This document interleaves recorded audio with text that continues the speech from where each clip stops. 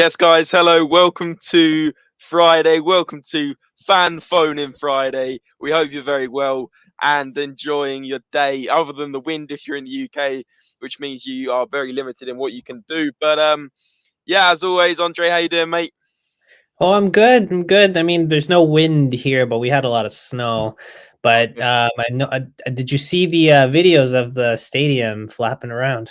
Yeah, I mean that's what happens when you pretend you spent 2 billion on the stadium and actually you spent 200k because Daniel Levy's probably done it the cheapest way possible, got the cheapest employees in. As we know, most of them were doing sort of horrendous things in the chat.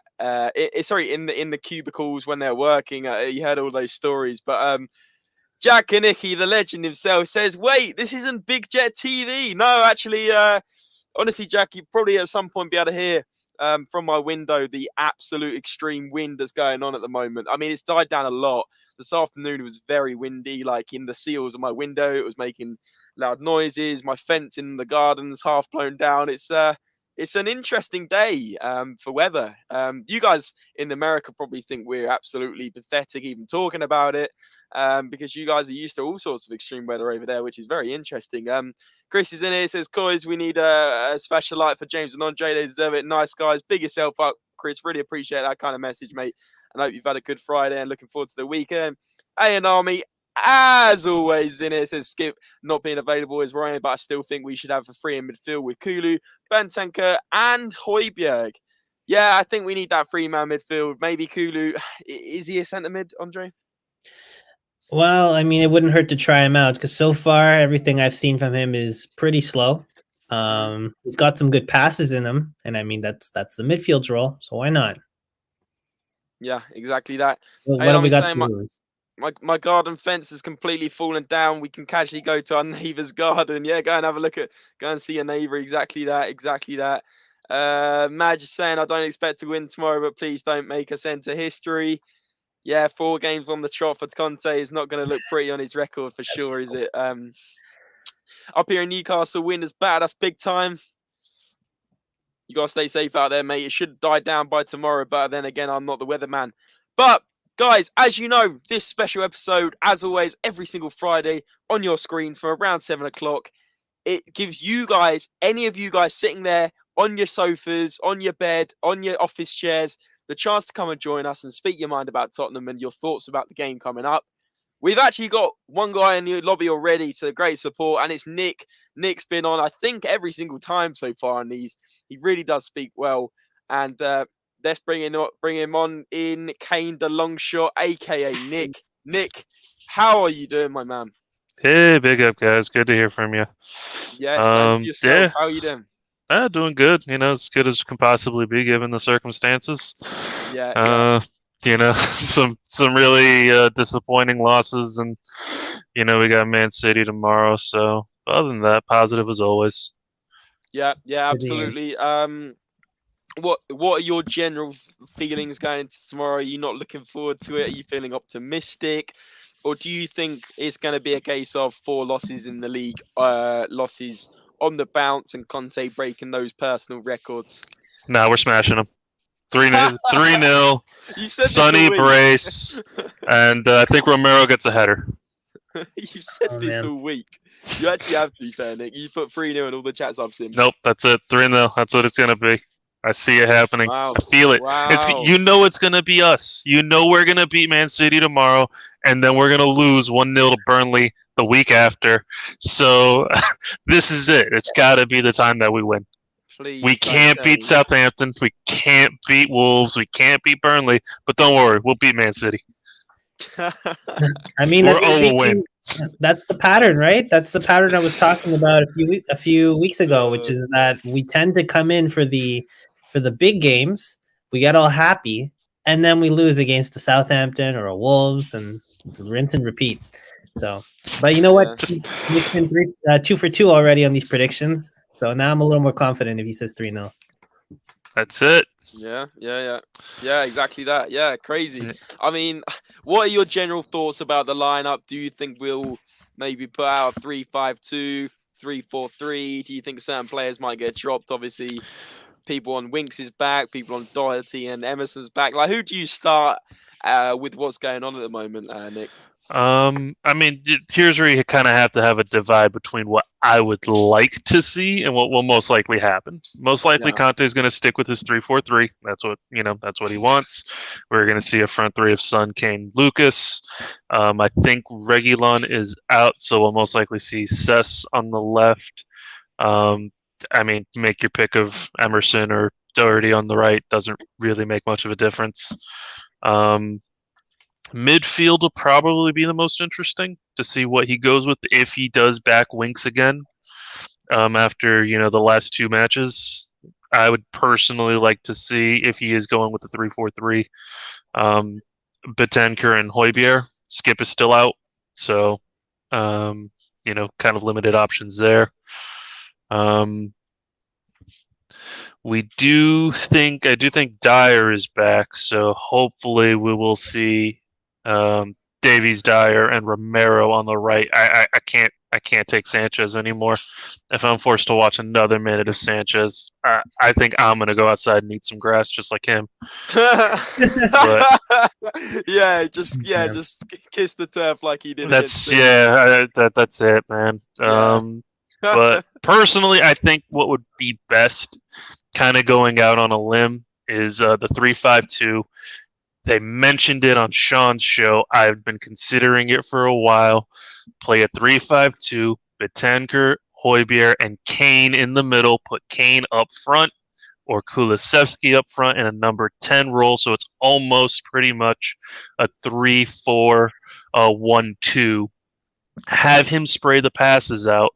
Put Stevie and Son up front and use their pace to counter Man City, because they play that suicidally high line and they will never not do it. Pace is the one way to beat them. It's how we beat them the last time. If we do that, I think we do actually have a decent shot, and that's why I predict 3-0 every time. I don't know if Conte will do it, but that's what I would want to see personally. Nick, do you know what? Everything you said there was spot on about the tactics, about the choices, but surely, my man, you're joking about 3-0 Spurs, right? Nah, man. Believe it, 100%. That's how it is, man. Feast or famine. 3-0 at the Etihad. Pep is going to cry. Have you seen them? They're ridiculous. They beat Sporting Lisbon 5-0. They were 4-0 up in 40 minutes. They are looking unbelievable. 15 goals in 4 matches. Mahrez, Bernardo Silva, Foden, Rodri, they're all playing ridiculous. Cancelo, Sterling, they're all on absolute fire. Every single one of them is trashing all of our strikers' goal records at the moment. So surely you are worried. I mean, yeah, I guess they're a good side, I guess. You can concede that. No, I mean, Mahrez, we're going to put a wig on him. We'll call him Salah. Cess will have the best game of his life. Dyer, I see just slapping whoever they put in the front. Nick, Sterling. You're winding me up tonight. Nick, you've got to be winding us up tonight. You've got to be winding us up. Yeah, look, I'm being a bit facetious, but I don't know. I'm at the point where Conte has asked for patience and for support from the fans, and if there's anything he's earned, it's that right. So I'm gonna back him. I'm gonna be positive. If we get thumped, it is what it is. But I'm just gonna try and keep a positive attitude. I think that's what we need. There's just way too much. I like it. I'm not saying I don't like it. I mean, yeah. So you know what? If we're going to the Etihad, why not? Why can't we win 3-0? You know what I mean? If Wolves can spank us and Southampton can steal three points from us, why not? Why can't we do it? Every dog's got to have their day in the sun, right? So I do think we do get by Man City somehow, some way. And then we're probably going to just bust it against Burnley. You know what I mean? This is that's proper Spurs. But I wouldn't be surprised if we did win tomorrow. If we lose, look, Man City's probably the one game of the season that you say we get a free hit. You know what I mean? If we even take a point away from there, we're probably lucky. But I'm trying to keep positive. It's been I like it. It's too easy to kind of fall. I know. Like I said, he's asked for patience. It's hard to ask a starving person for patience. You know what I mean? Like, I've been a fan for a long time. I don't know about you guys. I've been a fan for almost 15, 16 years now. Mhm. And in that time, I've seen us lift one cup. Yeah. You know what So I mean? we both have. We both have. Not That's what we counting the both seen, prestigious Audi Cup, but Of but I course, mean, yeah, the Carling so Cup. Yeah, 2008. That's the only yeah, trophy I've exactly. seen us lift. And I mean, the fact is, most clubs wouldn't even go on about the Carling Cup. The only teams that in the recent years have gone on about the Carling Cup is us and Swansea. I can't think Yeah. of anyone else that has actually really gone like, yes, the Carling Cup. Man City just win it for a bit of a piss take. Liverpool have won it a couple of times. I mean, it's just a bit of a shambles, really, isn't it? Yeah, I mean, you win it because it's better to win than to not win it, right? You know what I mean? If Yeah. you're in it, you may as well win it. But I mean, know. you kind of have to grasp whatever you can. But it's Hope someone believes in me, like this guy believes in our defense. you know what it is? Alex has inspired me. The way that he defends Dele, man. You gotta find someone who backs you the way Alex defends Dele Alli. So I'm kind of trying to take Who's that Alex? energy. Can we get him on here? Oh, please do. That'd be awesome. What's his name? What's his like YouTube name? Oh man, Alex THFC, I think. Okay, get him in here. We'll get him on the podcast. Yeah, he's on the live. We'll hit him up in a group chat one of these days. See if we can get him on the fan show. He's an absolute wind-up merchant. He will drive you guys crazy, but I love his energy. Nice. Bobby K saying, "Big up, lads. We're going to make a massive comeback tomorrow. So stay That's positive, boys. Look at this. So much positivity. I mean, I even called the video like how many goals are we going to lose by or something like that. Like we're going to get thrashed, and we're starting off with the most positive response. If anyone can beat Nick's positivity right now, please do come in. And it sounds like Bobby K, you're going to rival this kind of situation. But let's go to Andre quickly. Andre, what are your thoughts about tomorrow, and like what formation do you think we'll play, and sort of who are the main ones you're worried about? Well, you know what? I got to say, I'm going to go straight to the part where we talk about who I'm worried about right now. Nick, what is making you think that Davies is going to perform better than Sanchez? Yeah, well, listen, Davies is... I got to take a deep breath. Davies. Listen, Davies is a person that will give you a consistent 6 out of 10 performances. Sanchez is the type that can give you an 8 out of 10, or he'll give you a 2. But Davies in a left center back. Who does he have up against him? Mahrez? Yeah, he'll probably get turned inside out. Yeah. I don't know. I think he's just enough of a lug. He'll get in there. I think he's just going to body Mahrez. Davies, though? Are you sure Slippin' Davies can handle Mahrez like that? I don't know, man. Probably not. But I think the thing is, there's been a discussion, and I'm sure a few of you in the chat there can agree with me on this.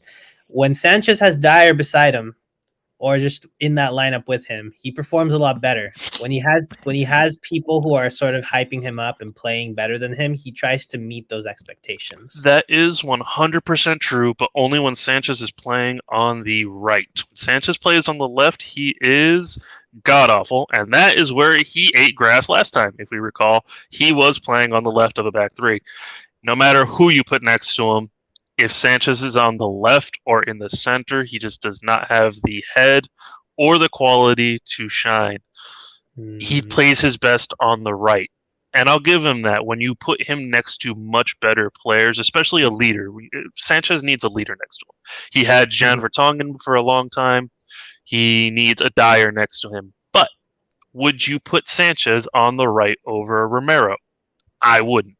So if that's the case, I would keep Davies on that left side, bring Dyer back in. Hopefully he's fit to play the full 90. And then Romero on the right gets in over Sanchez every time.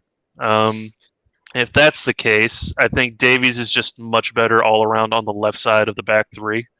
And then I mean, you got to give him some credit, man. Davies actually looked It's decent for a bit laughable. there. Sorry, Nick. Sorry. This is laughable in terms of like Steve makes a good point. Sanchez or Davies, the choices are real. Sterling's finishing is getting bad, and our right back is so bad. And Sean saying, "I'm waiting for the Spurs-related title tomorrow that says Spurs shambles." ... It's so true. I love it. No worries. Yeah. No worries, Bobby. Yeah. Sorry, Nick. Carry on. No, I mean that's pretty much it. That's my reasoning. I agree. Sanchez does look much better when you have, particularly someone with half a brain in them next to him that can kind of tell him where he needs to be. Yeah. But I would just prefer Romero on that right side, especially if you're going to put in Emerson. Emerson next to Sanchez. We've seen it's been enough issues. Neither of them kind of know where to be. Sanchez kind of gets dragged every which way, which leaves Emerson trying to mark two players at the same time, and it's a big gaping hole in our defense that we can't afford against Sterling. So if that's the case, I would rather keep Davies and put Romero on the right rather than Sanchez. Well, those are some good points, but now that I've seen some of those comments that were just brought up there, James, both you and Nick, how does it feel that we have to have a discussion over Davies or Sanchez, and we're talking about wanting Dyer back, and we're all going to be relieved about it? Oh, don't get me wrong. I never thought the words "I want Dyer back" would ever come out of my mouth, or that I would actually back Davies over anybody else. But that's where we are this season. You know what I mean? It's a transition. It really is a transition. And the quote, I'm tired of saying the R word, rebuild. If I hear that word one more time, I swear. But that's where we are. Yeah, we have to take into consideration years of mismanagement. From Levy, from Hitchens. It's going to take years to fix. This isn't something that just gets fixed overnight. And we've seen some progress on that, just trying to get some of these guys out, trying to clear up some of the wage bill. Rebuild the entire scouting network, because that's the first thing that both Conte and Paratici said when they came in was our scouting network was absolute trash. That's going to take time. Look at what Klopp did with Liverpool. It took them 3 years to become champions. You know what I mean? They were coming out of the disaster of the end of Rodgers' career there. Mm-hmm. You know what I mean? They had Suarez left, Gerrard retired. The team was a shambles, and then it took them a while. It took them a long time to become what they are now. But that is what a good manager, good recruitment, smart spending. They didn't spend as much as they didn't spend oil money. They don't have oil money there the way City or Chelsea and potentially Newcastle will in the future. They just had to be smart about it. Same with Leicester. You look what they did over the years. They had to build to get to that point, and build their scouting, build their recruitment, get the right players, get the right manager. It's a slow process. So I think, would you say, just interrupt you there since you're getting on that point, would you say that Conte would maybe stick around for the long haul, even if he hasn't won a trophy, but he sees that we're progressing? Do you think he would sign extensions? Yes, as long as he sees the right backing. That's why I think the summer is kind of the most important. That's why he signed an 18-month deal. I think that has more to do with Conte than it does with, on our end. I think he preferred an 18-month contract just to test Levy, to see, hey, okay, you're saying all these wonderful things, but let's see if you actually back it up. So now we're going into the summer. We'll see if Levy does in fact back him. And if that is the case, I don't see a problem. I don't see why Conte wouldn't stick around. This idea that Conte is, only a short-term 1-2 year manager, it's a bit of a fallacy. He spent 3 to 4 years at Juventus, and he only left there because of personal issues with the ownership. Chelsea, he got sacked from Chelsea. He didn't just walk away from Chelsea. He got sacked. Inter, he left because of, again, they were in financial meltdown and they were doing things that he didn't agree with. And he said, look, if you do this, I'm going to leave. And they didn't have a choice. That doesn't necessarily preclude him from not being part of a long-term deal. He said from the moment he walked in, patience, patience, patience. That doesn't tell me someone who's looking to win next year and then bounce.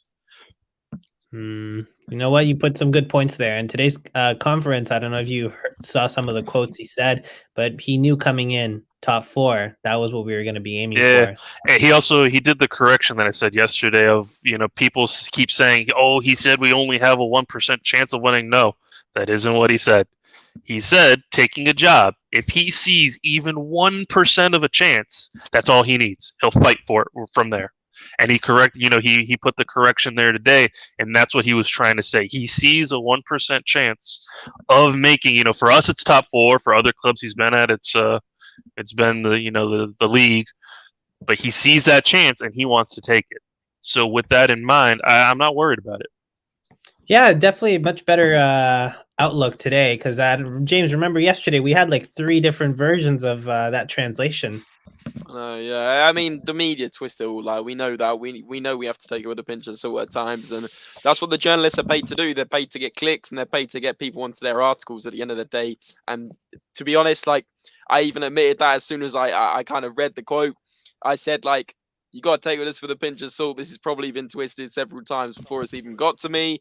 And Alistair Gold actually came out with an article, like I said, and said like a lot of the words he used were like maybe or on paper. He was saying like, this isn't definitive answers. This is sort of, please just. I guess what I'm saying is also it was his second language. Like English is his second language. Yeah, there's also a language barrier there. So what he says sometimes, I remember even Mourinho would make interviews, and you'd be like, what is he going on about? But it's because like maybe what he's trying to say isn't actually how it comes across. So that's what you've also got to remember on these.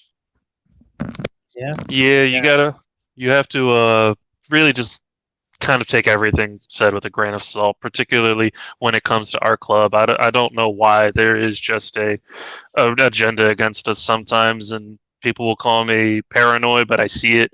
How long have Sky been trying to ship Harry Kane out of here? First it was to Man U, then it was to Man City, and the minute Conte came through the door has been the narrative of does he want to stay? Does he really want to be there? How soon will he walk? And so the minute he says anything that kind of backs that narrative, not even the minute he says anything, you already go into it with the narrative or the idea that, oh, he doesn't want to be there, so how can I possibly twist his words to match what I want it to be? But when you actually look at what he's saying and listen to him, he's been nothing but positive. He's said, look, it's going to take time. I need people to be patient with me. I'm not a magician. I do think that there is a chance, but there's a lot of mistakes that need to be fixed. But he's positive. He's enjoying himself. He said, I'm happy with the club. I'm happy with my players. There does need to be changes in the way the club operates, but we'll cross that bridge when we get there. Do you think we could have won those games if we had Ndombele, Lascelles, or Dele Alli on the bench? No. Let's be honest. None of us rated those guys. Not a single one of us said, "Oh yeah, and Ndombele is going to come in and really change this game." Maybe he plays for 5 minutes before he starts walking off the pitch to order a pizza, but that's about it. I mean, none of those guys were in the plan.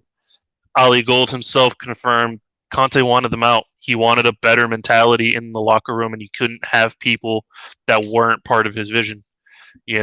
And if that's the case, I would rather them ship them out.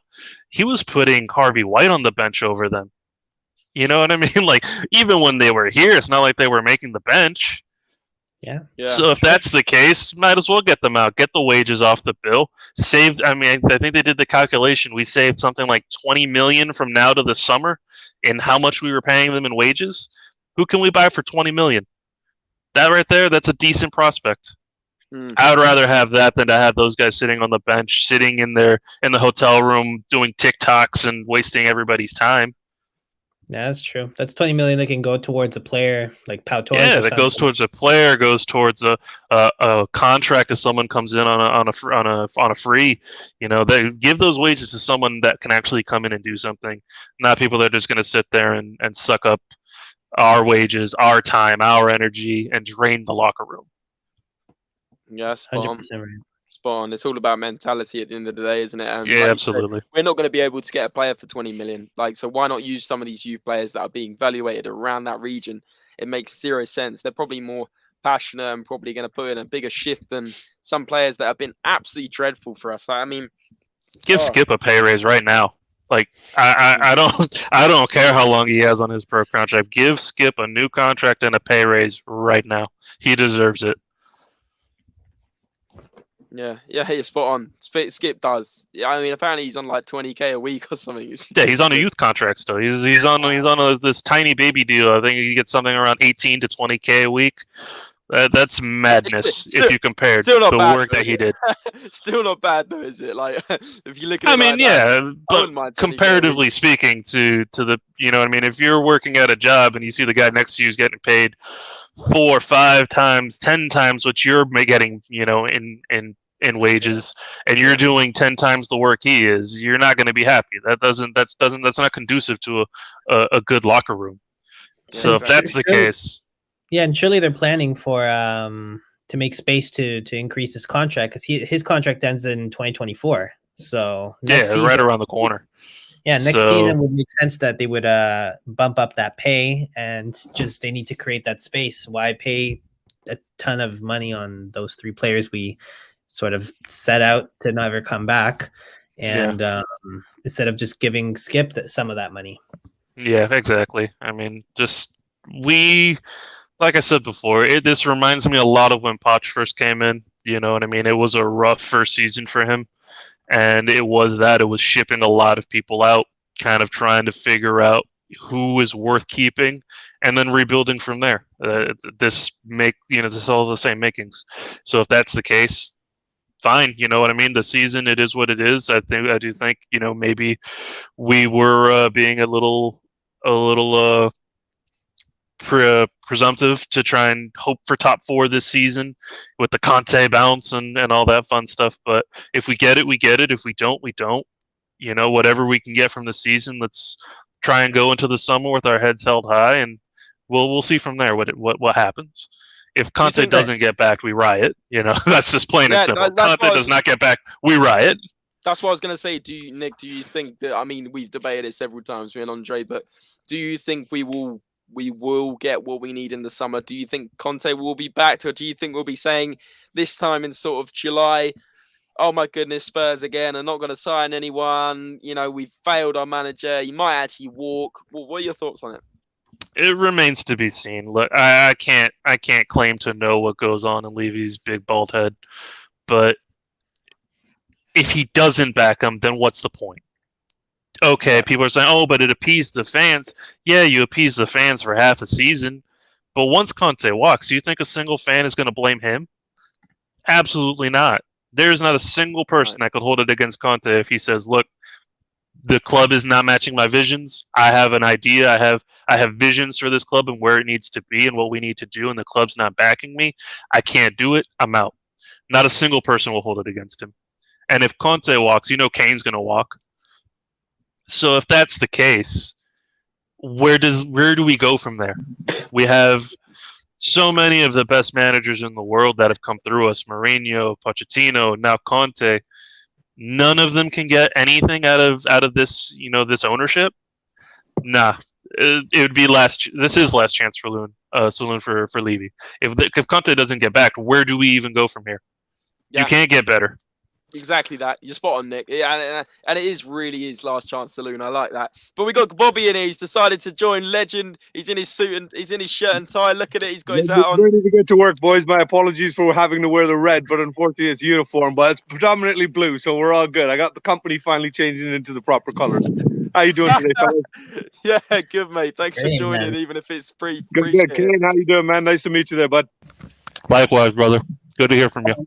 Good points there you're bringing up, man. You know, if we don't back Conte this window, we're seriously putting ourselves beyond a rebuild situation. We're putting ourselves into a completely screwed situation. We got a world-class manager here. We have the ability to finally put something together that's going to be feasible going into the future. But this summer, like you already touched on, is going to be, I think, a very, very important summer for our club. But what scares me right now is the fact that we are being considered to be purchased by other people other ownership groups coming in at this stage. Now, that tells me if you're willing to purchase our club at this stage, it's because you want to buy us as a business entity, because God knows we are not a good football club right now. We all love our Spurs. We back them. We want them to do well and everything. I'm hoping for a win tomorrow and even a draw, just come out of there with a result, basically. But again, we have to be very cautious of hoping that Enoch and Levy are out, because we might end up with a worse animal coming in that cares even less.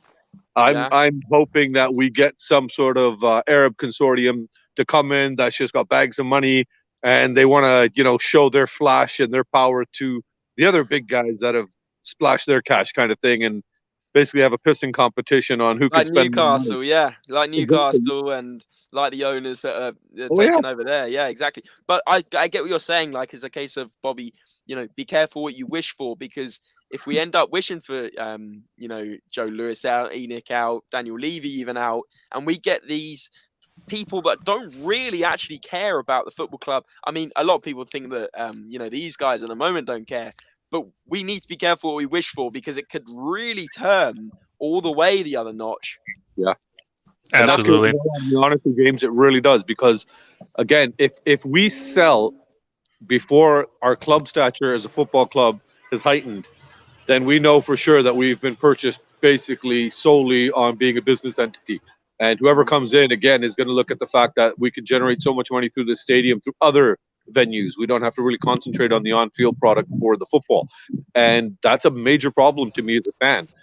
This is coming up on 30 years of misery right now. And, I jumped on the bandwagon right after they won the FA Cup in 91. It was 92. I became a fan. So even in my history, I've only seen the League Cup lifted and that pathetic Audi Cup.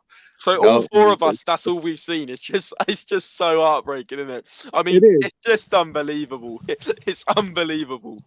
But then it's because of that, James. We have to sit here and how do we question Kane wanting to leave then? Because the guy's got ambition. So if you are in a group of friends that all want to do drugs while you want to, get your education and move on to better and bigger things in your life, well, you're going to leave that group of friends, obviously.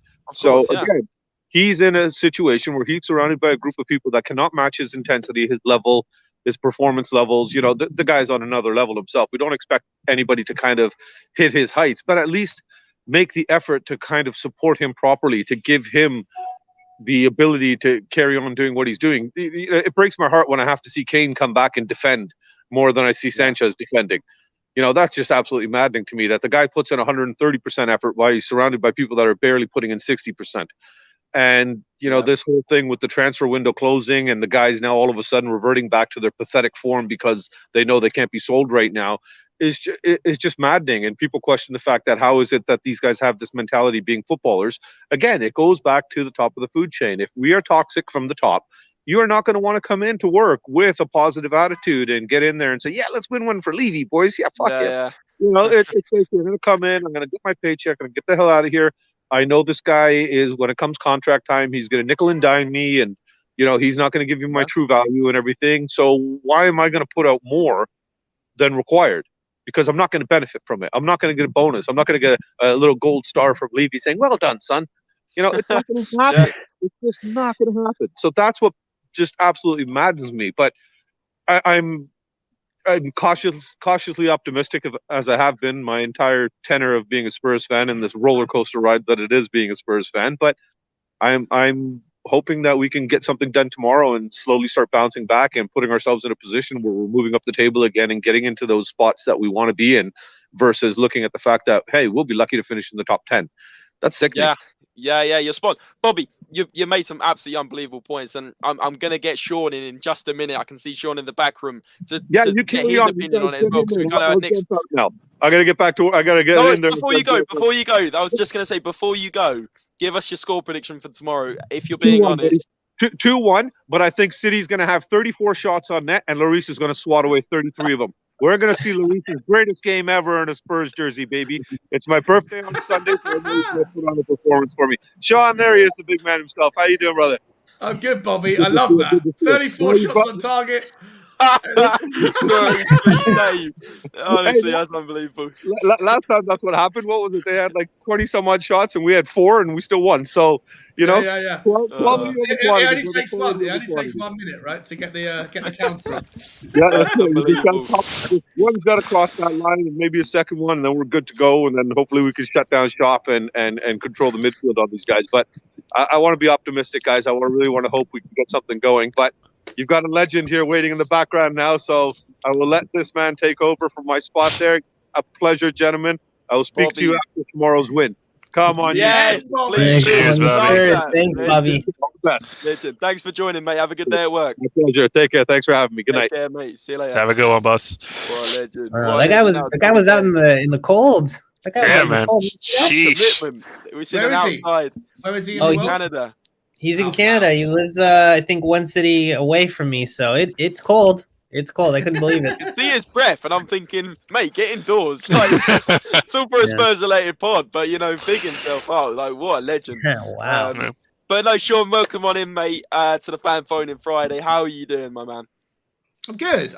I'm like it's been tough, you know, but I've just been on doing my own show and you know, like the comments, the panel, it's been great, but it's Brilliant. fairly despondent. I don't think many people give us much of a chance, and I'm not Mate. I'm not someone who writes us off. I think we're gonna surprise a few people tomorrow. Or at least I hope so. Until Go there's a back and reason watch to my be intro. negative. Wow. yeah, Yeah. I didn't Go back and watch my intro. You'll get pumped. Don't worry about it. Nice. Honestly, Nick, nice. this is unbelievable. I even titled this video saying negative Spurs predictions or something, right? Nick's coming in here and said we're going to win 3-0.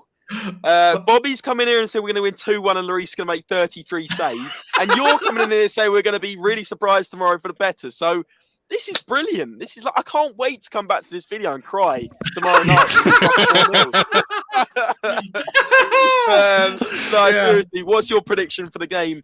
I'm flipping it over. Before we get into the old Daniel Levy, is he going to back? Is Enoch going to back? Oh, that's the conversation, is it? Okay. Yeah, that's kind of what we were talking about, and the whole bit about, obviously, a lot of people saying Enoch out, and if we got other ownerships, would we be careful what we wish for in case something happened and these guys really aren't interested in football, and it goes to another extent.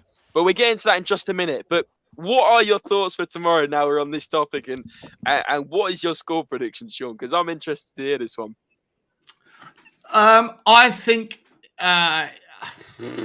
like peak delusion. If we're going to get sucked into the delusion pit, then I think it's going to be 2-1 at best, at very best 1-0, where we are going to be camped in our own half, and it is going to be backs against the wall for the entire game. But if we play our cards right, with Eric Dyer back, communicado in 15 different languages, Love that. Yeah. I think it's important. That's on my bingo list. Sean to mention that Derek Dyer can speak more than one language. It's ticked off. I think it's important. Yeah. Tick, tick, bingo! Tick, Ben tick, Davies tick. to join here and say he's going to put in a big shift and then make a mistake. Ting! There he is at the bottom there. Unbelievable. No, I think Ben Davies in the centre, Romero on the right. He gives Emerson a little bit more support, or whoever plays in the right centre back or right wing back slot. You know, I think that there's going to be more solidarity at the back. I think that Hugo Lloris has made his couple of mistakes. He's got something to prove. He's going to put in an absolute shift tomorrow, and it's going to be tough. Saves. Can't believe that. 33 saves at least, and then you're going to have Bentancur and Højbjerg hopefully. And then I want to see us play more of like a 3-5-2, but I actually wouldn't mind seeing Harry Kane being given the responsibility to actually sit back and play more of an 8, and then just have Lucas Moura and Sonny and Bergwijn just ready to pounce on any time that Bentancur can win the ball back. Bentancur is going to pull the ball back. He's going to juke it between his legs. He's going to do a little shimmy, and then he's going to put through Moura and Sonny, and we're going to pounce twice. We're only going to get 2 opportunities in the game, and we're going to take both of them, and we're going to do a snatch and grab like you've never seen. Snatch and grab FC. I love it. Ben Davies saying he's only going to slip once, and he's bought the new boots so that they're slip resistant. I mean, Ben, you've had. He's going to have to slip a 50 to the referee to turn a blind eye tomorrow. That's what he's going to have to slip.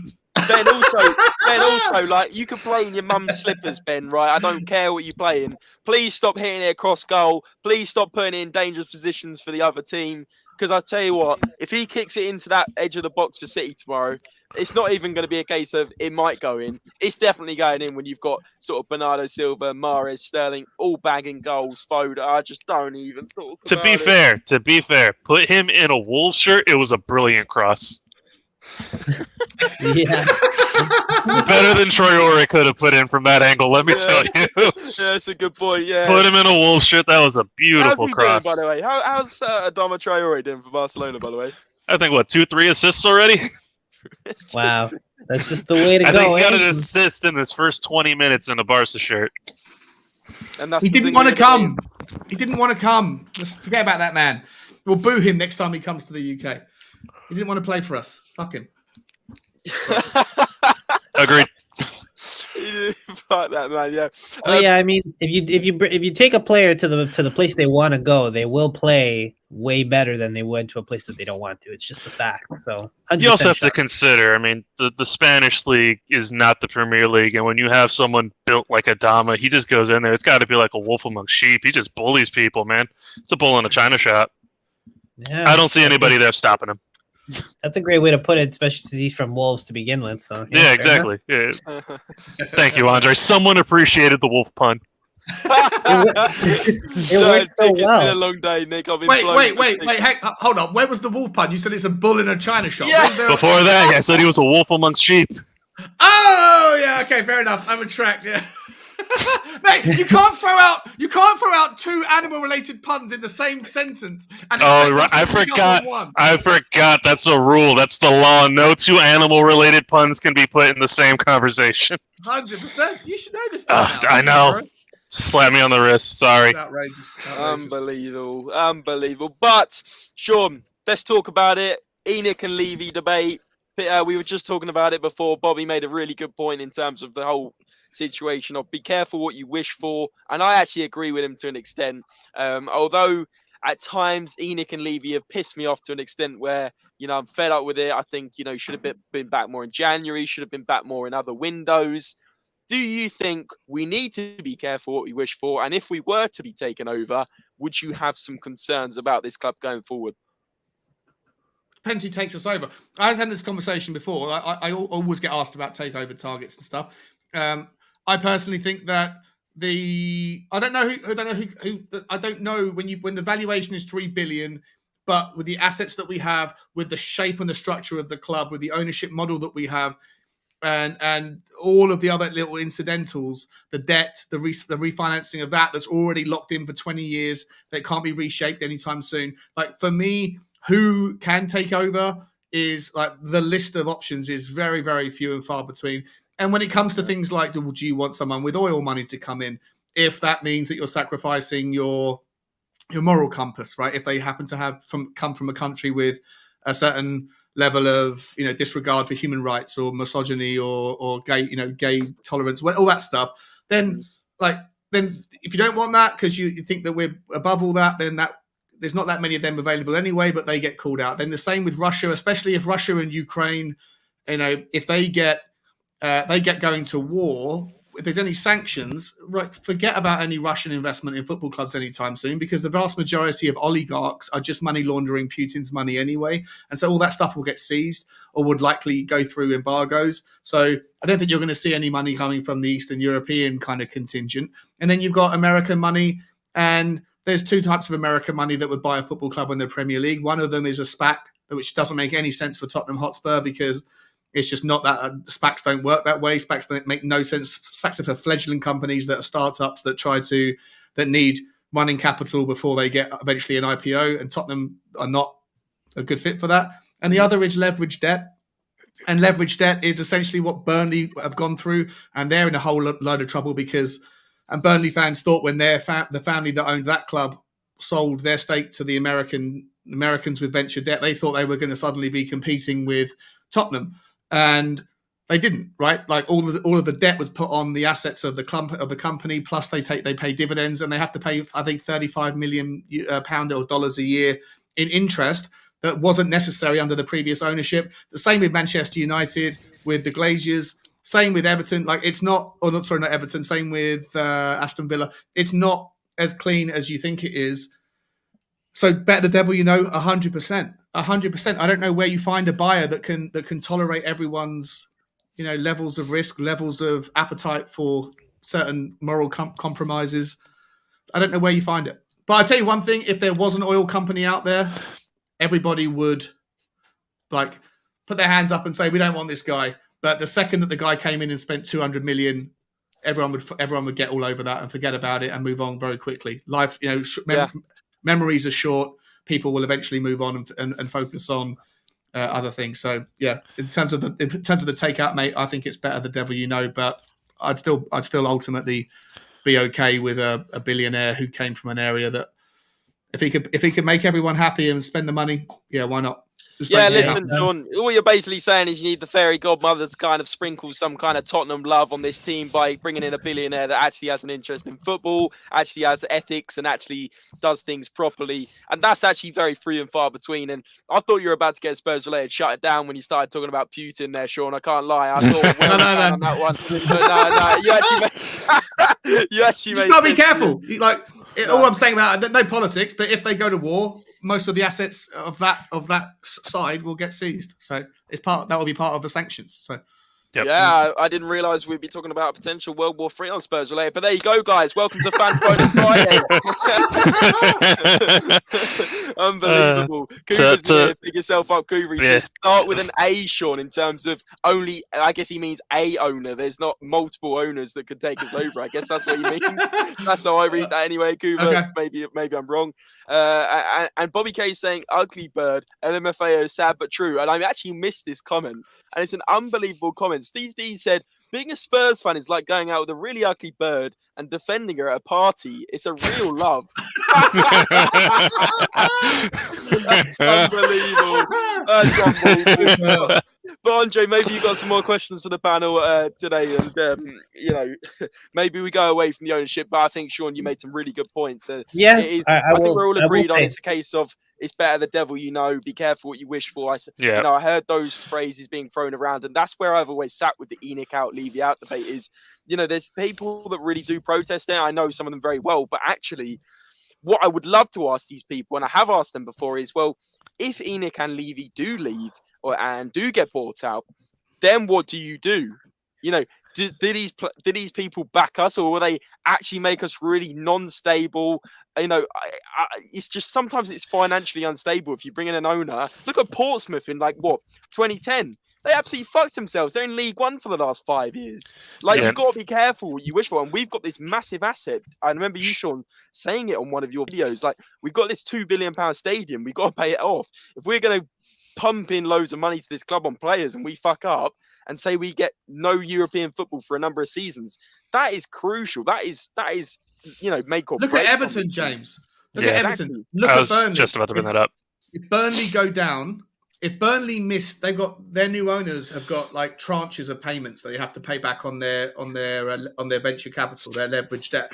If Burnley miss one of those payments, technically they're in default, and technically that default is against the stadium, the training ground, and the assets, which includes players. If Burnley go down, no way are they going to be able to do anything other than sit tight and hope that the parachute payment can be enough to facilitate their survival, but they won't come back up again, in my opinion. And Everton, if Everton continue on their decline, if Newcastle pull themselves out of trouble, if Burnley can pull a rabbit out of the hat and pull themselves out, or Norwich or Watford, and Everton get sucked in, if Everton go down, you might be looking at one of the biggest names in English football that might not just be relegated, but might be out of, they won't be able to meet their financial, they're already in breach of financial fair play.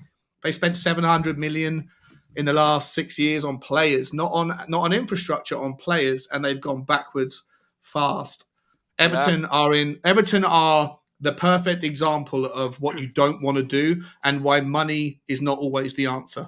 Yeah, exactly. I mean, Everton have gone so far backwards, they can't actually see forwards. They thought that Dele Alli for 40 million after some terms met is actually a good deal, when actually, I don't know what's happened to them. They're so far backwards, they're kind of forgotten how much he's worth. Maybe they're actually still in 2015 and thought he was still worth that. But yeah, Sean, you made a good point there. Very good point on Everton. They're the prime example of what we don't want to do. Nick, I know you have to say. No, I was just gonna say to add on. Look, I'm not a financial expert the way Sean is, but like he said, there's very few owners that have the capital to come in and purchase our entire everything that involved with Tottenham. It includes the stadium, the team, all of the debt that the squad, or not just the squad, but that we have. No one's just going to come in and buy that outright. There's very, very few people that can. So anybody that does come in is immediately going to be coming in with an incredible amount of debt. That number is going to have to come down. That's going to be their chief concern, is to bring that number down at the same time trying to stay stable. If that's the case, you are going to see that debt leveraged against the club's assets. What are the chief assets? Well, the players. You're most likely going to see our squad dismantled to try and make money to then bring that debt down. That'll be anybody's coming in primary concern. They want to see the numbers. You know what I mean? Their chief concern is going to be, how do we get the debt down? How do we get profit? And if that's the case, well, you might not like what you see. In an ideal world, there would be, so just some fairy godmother that can come in, buy the club, pour in millions and millions and millions of pounds, and all of our problems will go away. But realistically, I don't see that happening. And if that's the case, it might just be better if hopefully, Levy can be brought more towards the middle if there's a compromise. I've got nothing against Levy personally. I think he's a very good businessman. Our problems mostly fall on the footballing decisions. And if that's the case, I don't mind Levy staying as long as he's not involved in any footballing decisions. That's what you have a Paratici for. That's what you have, the club infrastructure there for footballing decisions. Let him stay on the business side. I don't care about that. But there does need to be compromise. And if Levy's willing to compromise, then as a fan, I'm willing to listen. But if he's not, then there might not be another option. You know what I mean? It might just be press the red button and we'll see what happens from there. I'm also not one that would like to see an oil club or, some shady Russian oligarch come in and buy the club. I love my club, but it's not worth the blood money, personally. I tend to agree, yeah. So would you not, Nick, would you not want to be, this is a question for everyone really, would you guys not want to be like Chelsea where it's a little bit potentially unethical with like the money that goes into them? If it was as simple as buying a trophy, I can go down the street and I'll buy as many classic trophies as I want. Like, they sell them right down the street, yo. For the little league, soccer and whatnot, they have them. I can do that. If it was really just as simple as, oh yeah, let's just go buy them. Hell, I could do that right now. I can fill my wall with trophies. I'll feel really great about myself. But what does that actually mean? What is the meaning behind it? So yeah, if you're a Chelsea fan and you're happy that Roman Abramovich made your club relevant by laundering his dirty money, or if you're a Man City fan and you won the lottery, great job. You're a League One side that won the lottery because of Middle Eastern money, and now you are where you are. But what does that actually mean? That's not why I love my club. I didn't love my club because we won massive amounts of trophies. I love my club because we're a hardworking club with hardworking fans that fights for every single point that we get. And that's my type of person. Other than last week, we didn't fight for our points. Players aside, as a club, I will go to my grave saying we have the best fans in the world. Better than anybody else. We are the person with the ugly bird at the party, defending her every inch of the way, and we'll fight every single fucker in that party for how ugly she is. That's who we are. She's ugly to everybody else who doesn't really know her. Exactly. She's got a great personality, okay? Just going through some stuff right now, okay, guys? I'll tell you one thing though, guys, right? Do you remember, like, it wasn't that long ago when the Leicester thing happened, right? When we scored those 2 goals in the last minute, right? Yeah. Do you remember how we felt? Like, I've clipped those little 2 moments and put it part of my intro because it's such a fresh memory that I don't want to forget how cool that feeling was.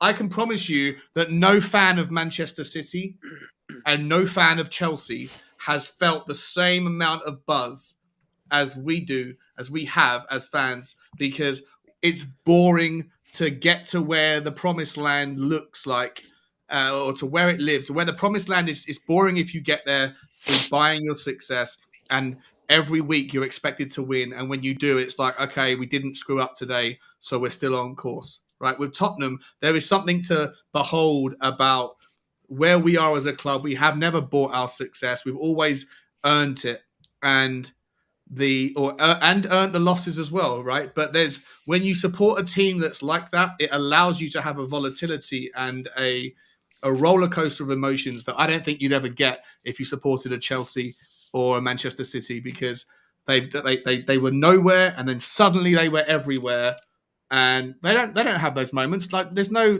like screaming from the top of your lungs when Manchester City score. They're already behind in the game on the 92nd minute and they go and turn it around. Like, they're not screaming like that because it doesn't happen, because they're always 3-0 up at that point in the game. It's boring. Can Man City even fill the stadium? Can Man City even fill their stadium? Exactly. I rest my case. I'm pretty sure during the COVID times when they were when they didn't have any fans and then they had the big screen showing people from Zoom or whatever that people had to pay, they had to actually duplicate a few people. They didn't have. And Arsenal did that as well. Did they now? Yeah. Oh, they photoshopped their own stadium. Yeah. That's unreal. I mean, also at the same time, right, Sean? But I get what you're saying about the unexpected moments, the glory moments, like the Ajax moment, like the Leicester moment, etc. But do you not think it's a better feeling winning the Champions League or the Premier League than those individual game moments? No, because I want to. No. Like it would be if Tottenham go through the process, right? Like, had we won the Champions League that year when we lost in 2019, yeah, of course we would have all been out of our mind. Hey, Ellie, love you, miss. How are you? We would have. Had we done it that year, it would have been like mind blowing, the best feeling ever. And if we went through the rebuild and then we continued to be fourth and third and second, and then eventually won the Premier League and then defended it, that kind of thing. But you've earned it. It's organic. It's not someone who comes along. It's not like some wealthy guy who comes along and buys. It's like, I don't know if anyone likes cars, right? But if I know people that they buy banged up cars, they put them in their garage. They buy like old classics that are completely run down, and it's a project for them. And they'll spend 10 years where every Sunday they'll get out there and they'll just fix a little bit at a time. And after 10 years, they've then restored this thing to something which means something to them. That's so much more fulfilling for them than if they won the lottery and then just went to like a high-end car show and bought one that was already done. Yeah. There's something about that process, and Manchester City didn't go through the process. Chelsea didn't go through the process. They came in, someone bought them, and then they paid for everything. It's not going to feel the same to a Chelsea fan as it will to a Tottenham fan if we ever win the league. Listen, before you make your point, Sean, you're spot on, and I'm loving the metaphors tonight, guys. We're talking about, ugly birds. We're talking about old cars doing them up. Kuva, speaking of metaphors, Kuva, welcome on in, mate. Have you got any metaphors you could explain? Yeah, I'll make it a hat trick. I'll just have a pop at Sean here. Love Sean, but what a load of bollocks. Man City fans would have their replica trophies all over their bed, and they'll be rolling around in it, having a great time. Wouldn't it feel the same to me? I'd never support Manchester City.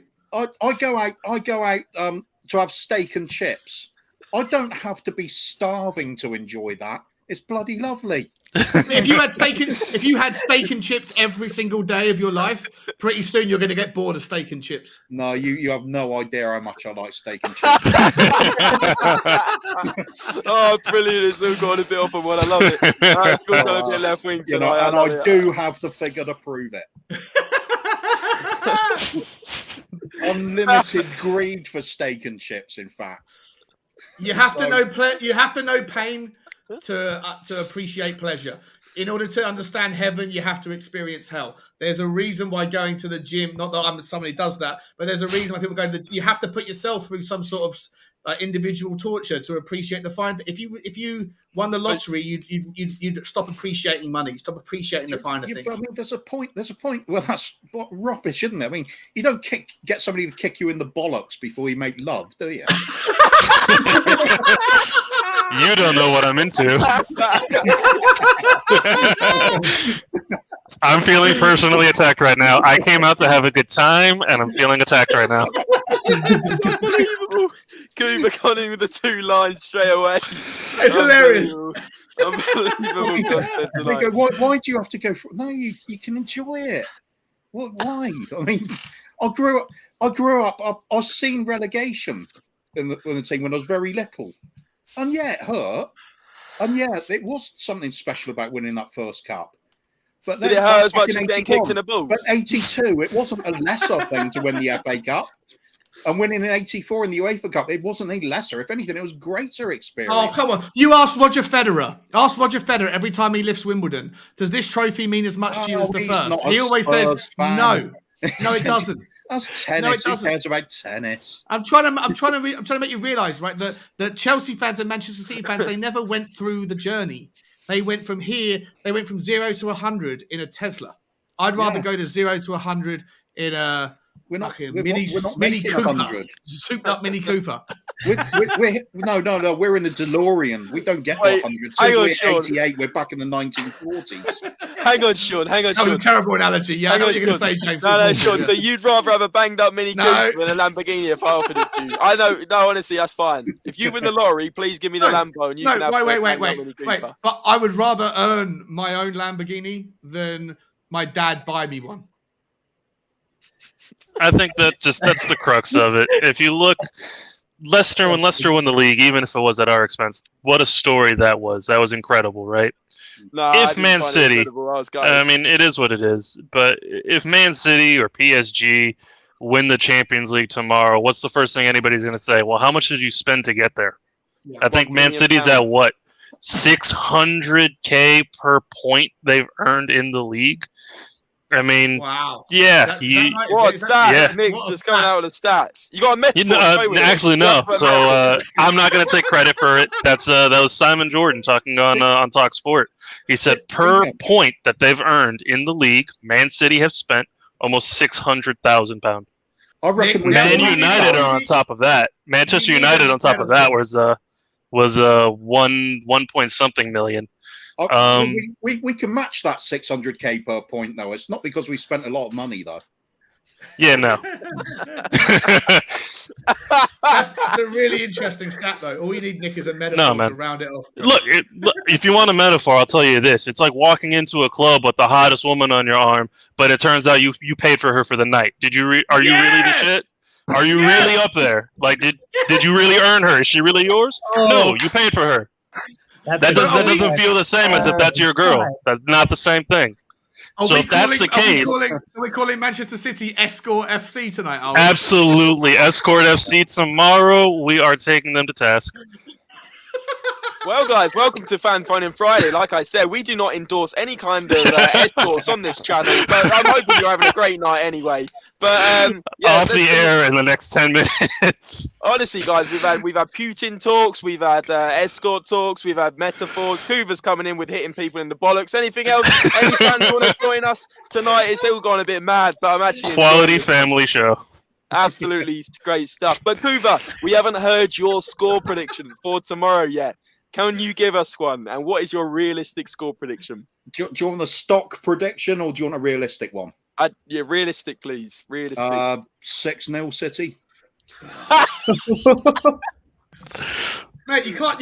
You've doubled the deficit in the last 40 minutes. On my show, you said I 3-0. never said 3-0 on the previous one. Yes, you did. No, I still said 3-0. Oh, yeah, you're right. Yeah, sorry. Oh, it's Yeah. still got me. We're playing one of the best clubs in the world at the moment, and we're playing without a right back or a defence. I mean, we can barely scrape together a midfield. Our first choice defence. The forwards are spluttering.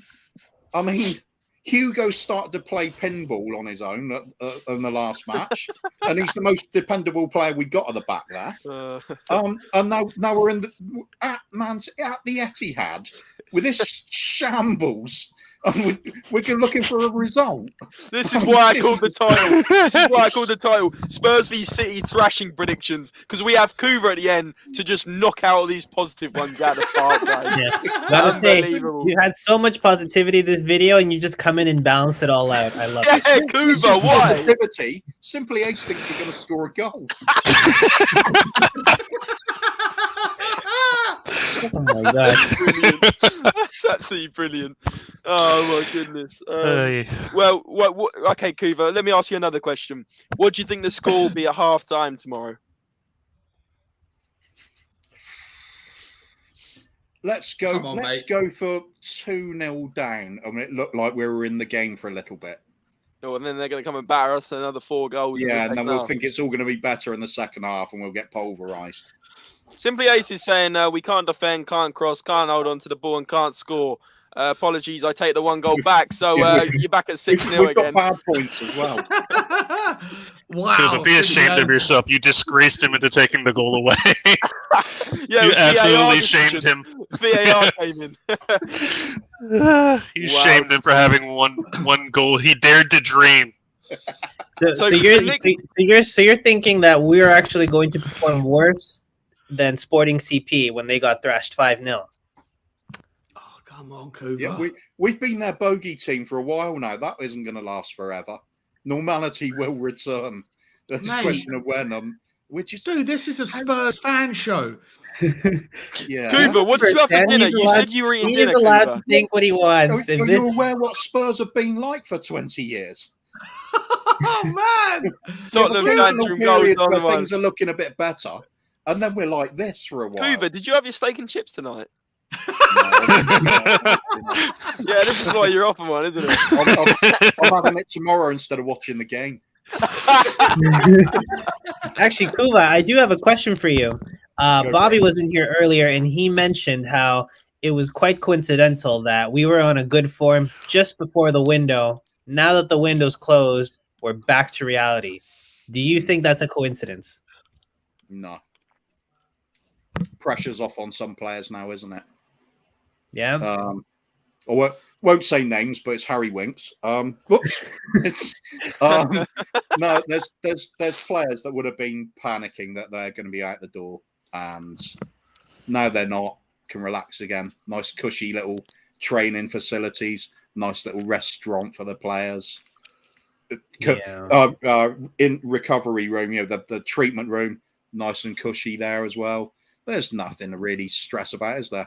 Getting back wooden benches, blood, sweat, and tears. Players having to actually work for a living. Get them some hunger. Bring back the old. Well, it's way before your time, lads. But Wimbledon back in the 1980s, they just came up from nowhere, non-league. All they had was this amazing team spirit. They fought like dogs for each other on every game. Nobody could handle them. Nobody saw team spirit like it. It was unbelievable. Ended up winning an FA Cup. We don't show even a fraction of that now. It's all just too easy for players. Coast along, making an easy living. I think Dele Alli seemed to be the sort of pinnacle of that for me, from what I've been seeing over the last few years. Oren Dombele. Yeah, same thing. Lo Celso, same thing. It's good we got rid of some of these players, but then we haven't replaced them with anything. We needed to. It's good to get them out, but we needed to get players in that actually did do the job they were supposed to, and we didn't do that. So we're weaker now. We key positions, we haven't even got anybody. I mean, who do you call a right wing back at the club at the moment? I don't call any of them wing backs. Primary role for a wing back, being able to get forward and cross a ball. That's the most important role. It's even more important than the defensive duties, because that is the attacking outlet on that side of the pitch. We just don't have that. Now we're going to Manchester City and trying to get a result. Jesus. I mean, Ellie's in here saying, what did Ellie put? She put 3-2 Spurs. Yes, this is the Ellie. match. We'll see men have come of age, and I'm predicting it. We're going to surprise everyone and shock us all. Wow. So we got Nick saying 3-0 Spurs, Ellie saying 3-2 Spurs, and by the way, Ellie's normally Bob on the money. What are you saying, Sean? 2-1. 2-1 Spurs, and then we got Kuva going 6-0 City. Andre's going. What are you going, Andre? Going for a 2-2 draw. Nice. Kuva, as you haven't had your steak and chips, can I borrow your steak knife just so I can cut my wrists after that ridiculously depressing insights that you just gave? Just end it now. Go down the vein. Not across. Go down. No. Don't advocate any of that. I need Oh my that God. knife. The City players are laughing at us right now. You're not having my steak knife. Get your own. Simply Ace is saying the City players are laughing at us right now, while our players are absolutely shitting themselves. Sean's going for a 1-0 Spurs. Big yourself up, That's Sean. it. I love the That's it. positivity. Let's have some more positivity in the chat. That's There's it, plenty of you in Seanie. here. Let's hear it. Let's hear it. But I'm going to ask maybe one or two more questions now. My first question is, Kuva, I think we need to hear it from you. What lineup would you go for tomorrow and why and what formation? And yeah, that's basically it. The formation, the lineups, what I want to hear. Let's go for the one I went for earlier then. The formation is a 2-2-2-2-2. It's just play through the middle. We haven't got anything on the flank, so just charge down the middle like mad elephants. 2-2-2-2-2. What's going Yeah, on here? that'll do it. Desmond. It doesn't matter. We haven't got the players to do any formation. Oh, come on, bro. Come on, find something positive. You got to find something to... What? Did the game only last 90 minutes? Oh, my God. We don't have to go to the Etihad again this season unless we draw them in the FA Cup. I don't know what. No, sorry. I'm broken. Spurs have broken me. I don't have hope anymore. It's just nothing. I'm going to rename the video. Kuva comes in here and cries about Spurs for 20 minutes. It's unbelievable. Yeah. It's really good. I'm really enjoying Well, it. there we go. There we go. Now, Kuva, you've brought a good spin on things. I am actually enjoying it. But Miles is saying cheeky 2-1 Kulu and Son to score. Big yourself Yes, up, Miles. That's Miles is in here with the amazing. We've got more Spurs wins. Like, it's unbelievable. I'm loving the trend. Like, it's just so nice to see everyone going for a Spurs win. Oh, wait. Come Okay, on, do you want me to go for a fairly girls. optimistic outlook then? Yeah, No, No, I'm serious. I'm serious. Right, go on. Since it's not going to matter who we put at right back anyway. I said earlier as a joke, just don't bother with anybody. We'll play without one. But no, if we pick like a 3-5-2 or even a 3-6-1 formation, dropping Kane back into that midfield, just pack the midfield, give the defense as much cover as humanly possible, and then just get one of our fastest players up front and just look for the hopeful long ball just to catch them off guard. Say the ultimate smash and grab job. That's the only thing I can see working. And then what? We only lose 5-0. we might get that fabled 6-1 then. Yeah. And To be fair, you know what? That's a very good analysis because that's exactly what we did in the Champions League against them, right? We caught them on the run twice in 5 minutes. That's the only reason we were in that game because they scored on us a lot. Yeah. That's what we Would you say we're as good now as we were then? Because I wouldn't. But hang on, Kuva. You haven't given me your score prediction. So you said about this lineup and how we're going to go 3-6-1. But what would the score be? Christ, still going to lose it. Oh, you said optimistic. That's not optimistic. That's the one where you give yourself a chance. More chance than losing something. It's more optimistic. It's not going to be 6-0. It's going to be 5-0. 1-0. Brilliant. Absolutely fantastic. Kuva. What do you know the audience, bro? We have to find a reason to get people pumped. Look at the all I want to do is look what you made Toxic Headshot do. 5-2 City. Look what you've done. It makes no difference what formation we play. Our players are rubbish. Even Simply Ace he's going to put another goal on City's tally. He's going to go from 6-1, 6-0, 7-0 now. Oh, Kuva. Wembley evening, guys. Is 5 men in midfield going to be enough for tomorrow? I don't think so. We need to strangle the life out of that game from minute one. Yeah. Exactly, minute one. Hit the ground running. Because Wolves, we sat back. Southampton, we sat back. We conceded early. We fucked the game. I mean, Simply Ace is saying 3-4-3 or 3-5-2. Our wing backs can't cross either way. Yeah, good point. SOF's in here. Big yourself up. Nice to see you. And he says 4-4-2. Lloris, Emerson, Romero, Dyer, Davies. So essentially you're dropping Sanchez out of there. And then he's going for a Bergwijn, Højbjerg, Bentancur, Son, and Lucas and Son, or Lucas and Kane up front. Or maybe he's going Lucas and Kane and Son. But either way, he's saying sit deep and counter like we did under Jose. Bergwijn did well as a defensive winger. What do you guys think of that?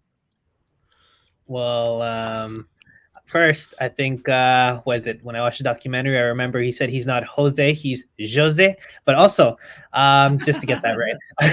The next thing. Wait, have I just been language done by Andre there? Oh, yeah. I'll remember that. That's in my memory. For what it's worth, he also didn't say I'm not Jose. He also didn't say I'm Jose. He said I'm Chose. It's more of like a ch. It's like a ch on it. So I'm going to language do all of you. Oh my gosh! All right. Well, Andre, I will say stick to your SOS. job. Look, if we counter like we did under him, I think you ruined it for all of us. yeah, I think that would just be really silly because we got rid of him for a reason. But we should just go whatever Conte thinks would be best. However, I will say I'm going to defend Kuva here because you know what? If you go... No, don't defend Kuva. Guys, thanks for watching. All the best. All right. No, I'm joking. Oh my God, you had me there. I was like, wow, okay. Well, look, if you go in with no expectations, you can't be disappointed. If we win, he'll be happy. And if we lose, he'll still be eating his steak and chips in peace. So no, I'm not going for a philosophical. We're just getting battered because we're crap. Oh. Kuva, what is going? It's not steak and chips, then it's fish and chips, right? If we're getting battered, it's a fish and chips. Hey, Nice, Tottenham get nice, battered everywhere illegal. Surely Conte can drill ultimate Italian dark arts into the game for tomorrow night. Making injuries, keeping the ball out, play as much as possible. Don't let City have any flow. That's what I said. Davies needs to slip the ref a 50 or something. Just anything to turn a blind eye to the amount of shithousing we're going to need to do tomorrow. Come on, guys. Sabotage the floodlights. Can I just bring back a little? Just want to bring back a little bit of like, rather than just Kuva's sucking you all into this reality-based negativity. I just want to remind you, first game of the season, we smashed Manchester City. We smashed them with a weaker squad than we have now. Right? Yeah, bring back we have Nuno. Hang on a minute. We smashed them. They didn't even look like they were good. They didn't even look like they were winning. It wasn't a smash and grab. It was just a smashing, right? And the only thing that's different is the blades of grass that we're playing them on. Right? There's no reason to be so negative. Yes, it's going to be a tough game, but for the love of God, Kuva, you're dragging everyone down to this like horrible pit of misery. They're just 11 players. We're just 11 players. We've already beaten them earlier on in the season. We can beat them again. It's going to be tough. But and we've got Kane this we're a time. fan show. Get fucking Funny positive. people don't look very miserable at the moment. Get positive. They're just Man City. We can beat them. Crystal Palace beat them 2-0. I mean, Crystal Palace beat them 2-0 at home. At the Etihad, by the way. Oh, away, sorry, exactly. Exactly. All Chris is saying, sure, they're going to murder us. Come on, Chris. Cheer up. Apparently, Brady has COVID how again. Are we not top of the league having won every single game? I just can't work it out, Sean. Guys, Victor's saying... Guys, before we go off on a tangent, Victor's saying I agree. Why not Lucas and Bregwine? I've never heard of him. No, joking, mate. Bergwijn at right wing back. Who thinks they would fit? Why not? I can't. No, that's too aggressive. No worse than what we got at the moment. I don't mind seeing us try that against Middlesbrough or something like that. Seeing us try something like that, but not to do it against Man City. We need to have a defensive option there. Emerson's the only man for the job. I also fear Bergwijn's rather small. I think he'd be more comfortable on the left side. That's where he normally plays. I wouldn't mind Lucas on the right, personally. I said, look, if we're going to take a punt on Traore to play there, you might as well give Mora a shot. He can't do any worse than what we have there already. Yeah, exactly. What do you guys think on the possession? Nick, you made a good point there. What do you guys think on the possession, though? Because SOF's saying that Conte expects City to have the ball for 80% of the time. That tells me we're playing to sit deep. What do you guys think the possession is going to be like? Maybe say first half possession. We're going to go like 75-25, 80-20. What do you guys think? Yeah, it's going to be painful. I've got to do a live commentary on the Irish Hotspur. I've got to like get myself comfortable with all the Man City player names again because it's going to be all them all day long. Yeah. And it's going to be boring. Is your pronunciation good on the player names there? Because otherwise Andre will be in your stream maybe dissecting. I'm gonna let that one go. Okay. Say it with me now. Jesus.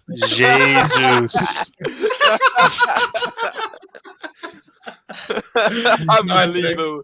Reggie apparently has COVID. That means Sessegnon Doherty at left wing back. Oh, it gets better. Well, Sessegnon's all right. Sessegnon's all right. I give it. Like I said, put Mahrez in a wig, call him Salah. Cess will have the game of his life.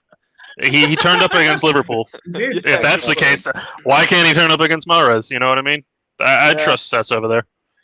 Yeah, Ellie's saying, Kuva, we have some worldy players. Let's not forget that. And one particular player that I will predict now will play great. And Laporte at Wembley hacked him down twice when we roasted him. That player was Lucas Moura. Yes. A big game player. He comes alive then. And Yes, actually, Ellie. you're right. He does play well in the big games. I've been saying this for a while. He played well against Chelsea, played well against Man United. Even had a good game against Liverpool when we played a 3-5-2 with Kane and then Lucas up front. He does perform in these big games. And against City, he does get a goal normally. I remember him coming but he'll on draw 10 fouls. He'll draw the fouls. Ellie's right. He'll draw the fouls. Ellie's absolutely right. I'm going to change my prediction to us winning 5-0. There you go. Too late, bro. There's also something to be said about Lucas. In those games that he tends to play well in, he tends to play more centrally. So, I mean, Ajax game played as a forward. In the Liverpool game, he played in the front, of a 2. There is an argument to be made to put Lucas more centrally. He does generally do better than if you put him out wide. I can see him drawing 3 or 4, 5, 6 fouls. Hopefully, if we get a referee that's a little bit card happy, we'll get Man City, one of their midfielders, sent off in the first. If Davies does his job and doesn't lose the money on the way to the stadium, there is another part to this.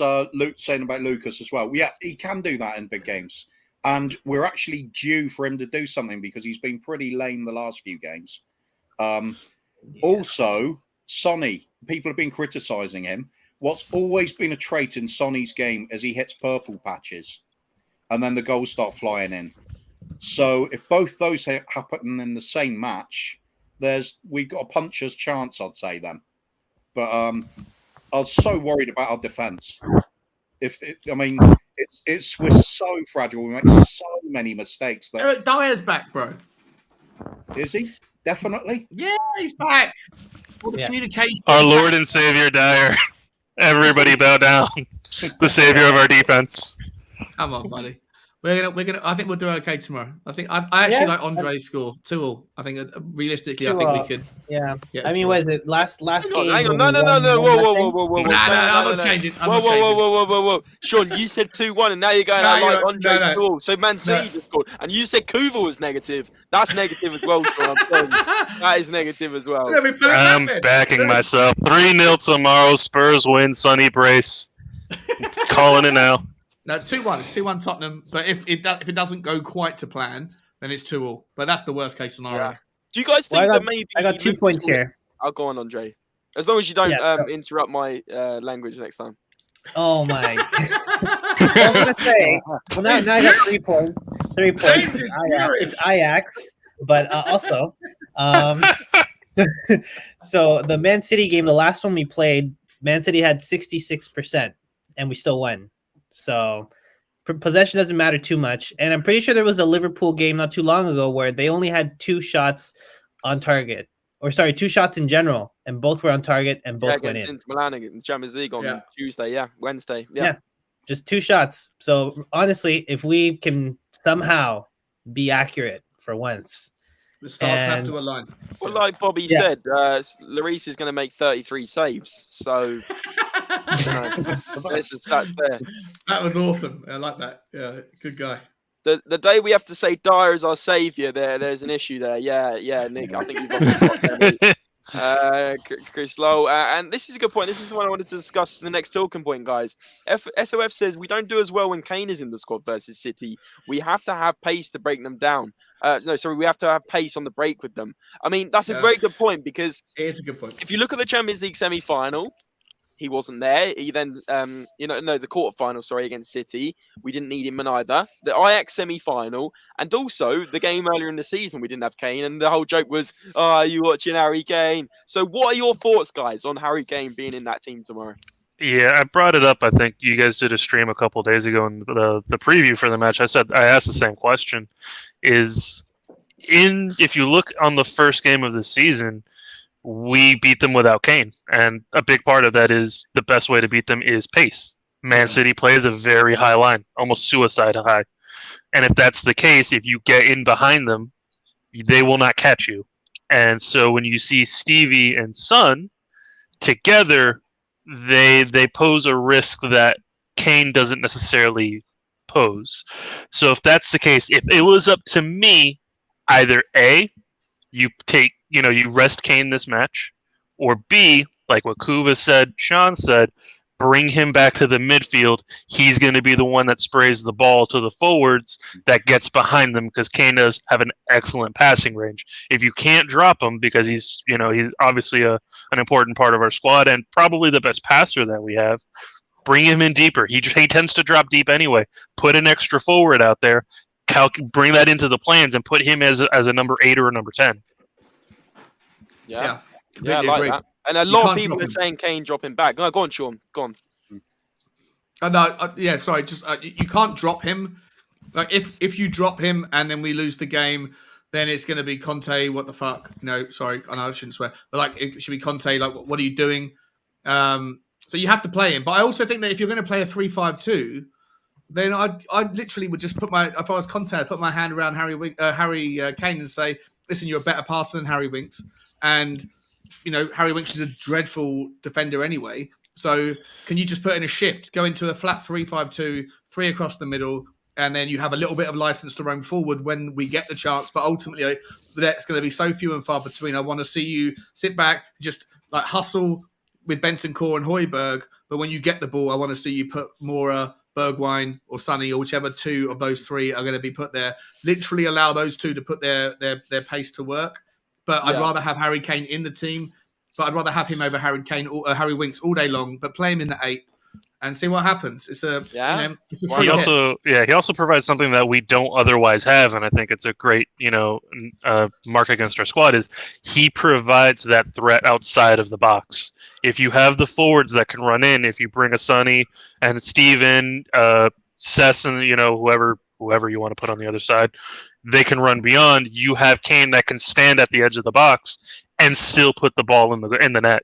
He does have that shooting outside of the box in his tool bag, so it does create extra problems that we don't have otherwise if he's not in the midfield.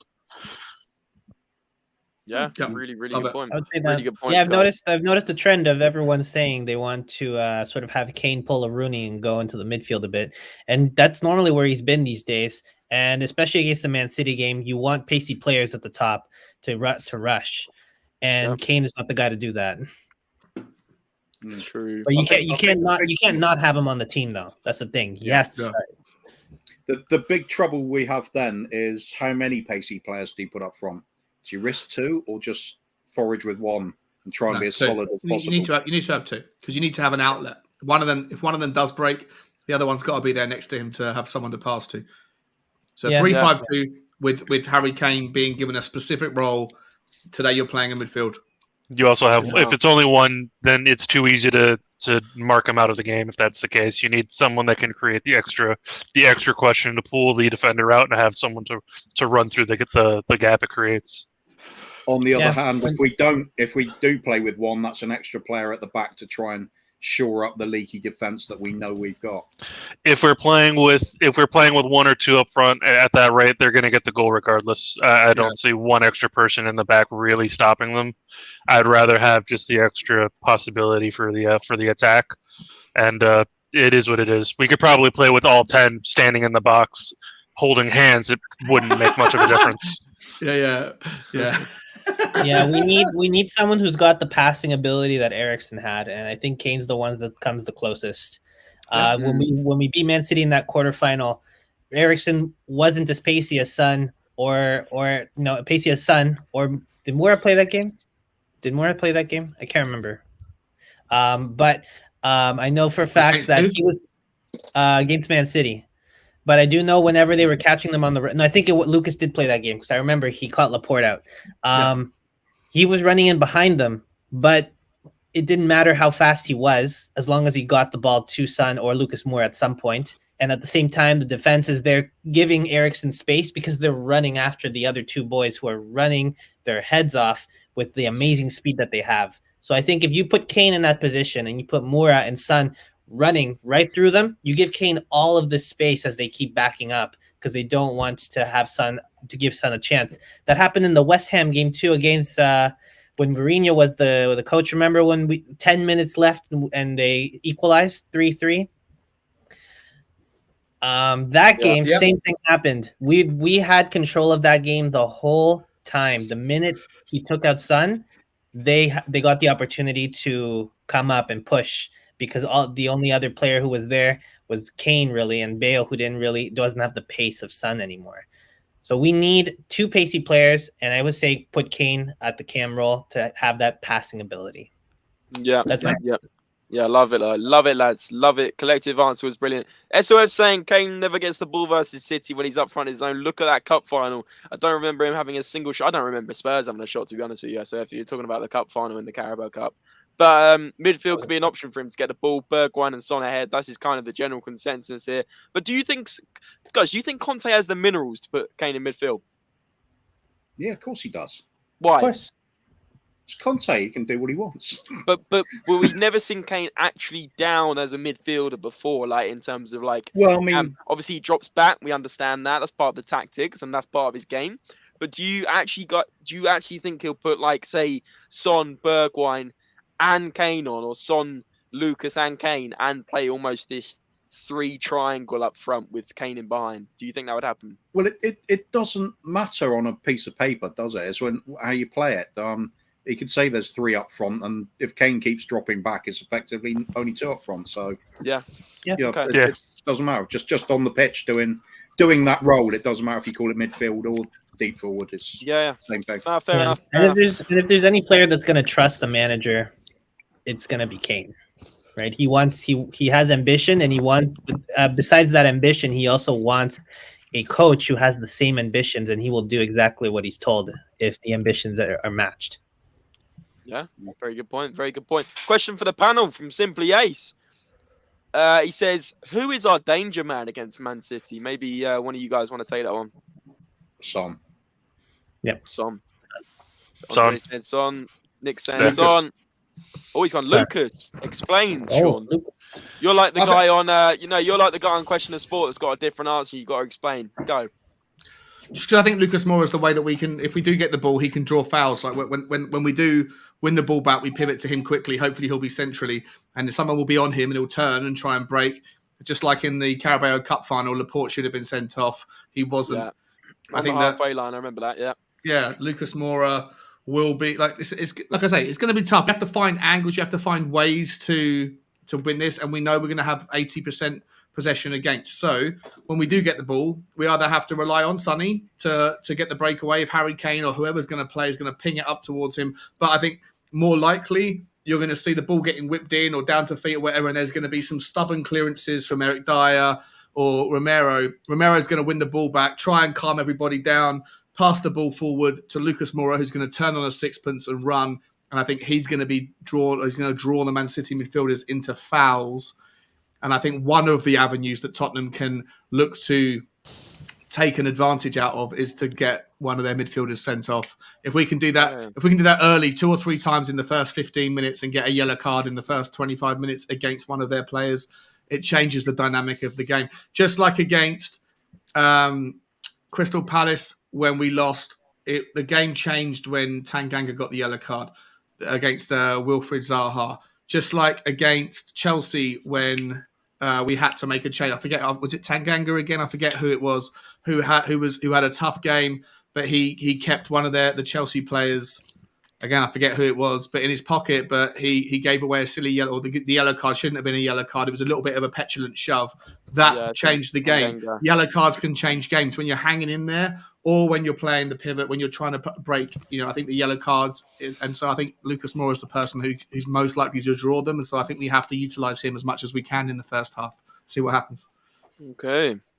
Interesting, Lucas Moura. Yeah, the more you talk about it, the more it makes sense. I mean, SOF's agreeing with you, saying Lucas was brilliant in our home game, very vital. And the fact you think about getting cards could be the difference to get them. Because also, like, City went down to 10 men against Palace, and that's another reason why they lost 2-0. Can't remember who it was that got sent. I think it was Ruben Diaz. So Not yeah, sure. maybe 10 men could really be the impact. I mean, we're playing with 10 men as well if Harry Winks plays. So you got to remember that as well. Even 9 up if a you little bit. include Matt 9 if you have Doherty. Doherty, exactly. Oh man. Brilliant. Guys, what maybe final couple of questions. What do you guys think? Obviously the City team is full of superstars, but who do you think is the one? If you had to narrow it down to one player, I know it's difficult. Who is the one we really need to maybe go tabs on and maybe 2 up on? Who wants to go Anybody first? want to answer first? Oh wait, I'll go last. I will say Bernardo Silva. He's on Yeah. a. Oh, and actually, you know what? I retract that. Mahrez. He's on a hot streak Yeah. right now. Yeah, Mahrez is my on a answer hot would be streak. Mahrez. Yeah, I would say Mahrez. He seriously worries me. 4 goals Yeah. and 2 assists in his last, I think, 4 games. So that's saying a lot. Wow. Yeah, it's ridiculous. He's nearly getting a goal contribution every single game. What do you guys think in the comments? Let us know. Going to spin this one over to Kuva. Nick said Mahrez and so is Andre. Kuva, what are you thinking? I know it's a difficult question there because they're so good. I just think they move the ball so well. They cycle it between different players so well. You can't pick out an individual one. You've got to be on your toes all the time. Yeah. I mean, on form, you pick any of them, they can blow a team away. Yeah. So possibly Sterling.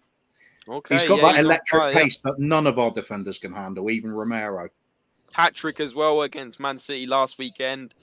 He's really on a hot streak at the moment, actually. I think that he's actually like pushing towards a record in the Champions League as well. That's like, I think he's got 30 Champions League goals. I could be wrong on this one. And Wayne Rooney has 35, and he's very close to breaking that record. And that's actually a really underrated achievement. You know, in the Champions League, consistently scoring. I know we're in the Premier League at the moment. We're talking about a Premier League game, but you know, going across the border, Sterling is actually quite an underrated player in my opinion.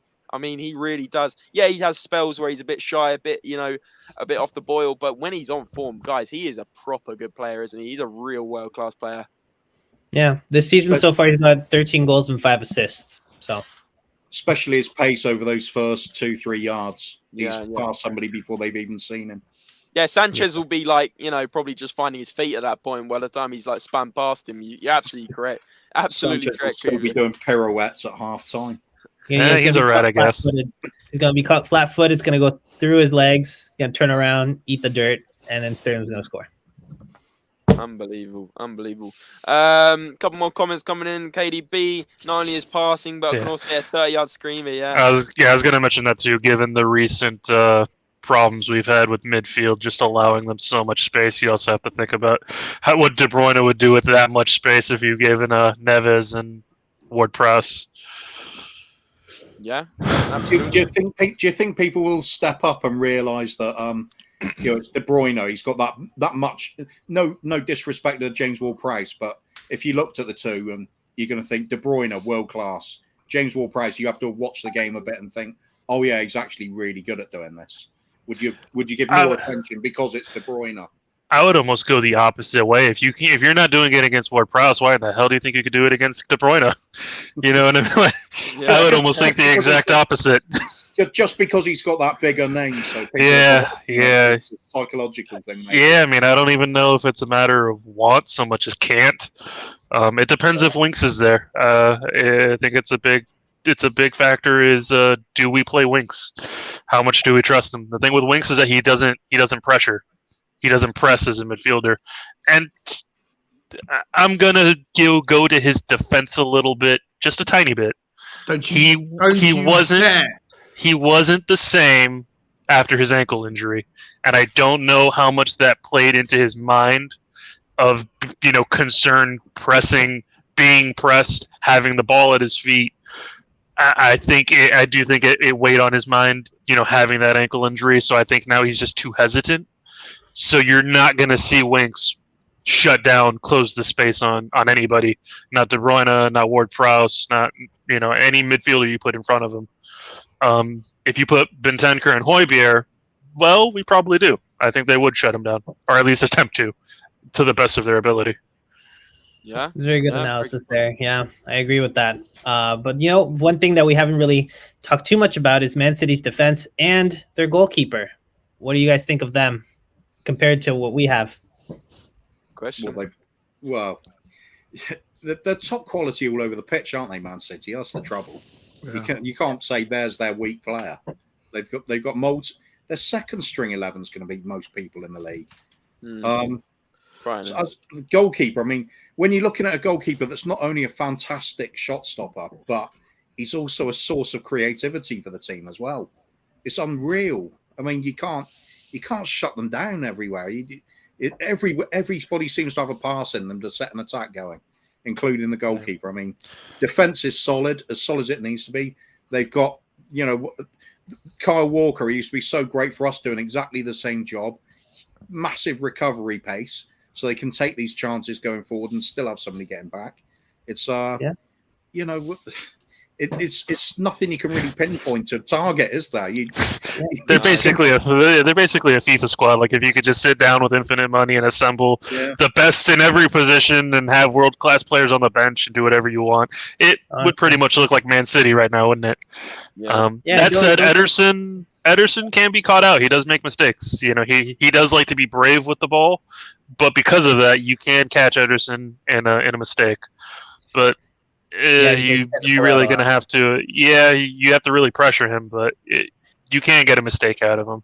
The defense is terrifying. I mean, you could have the best front three in the world. They'll still have troubles against Man City. That's just the nature of it. So, well, don't forget. Don't forget, Ederson somehow has an assist against us last season. Yeah. Unbelievable. Well, guys, goal.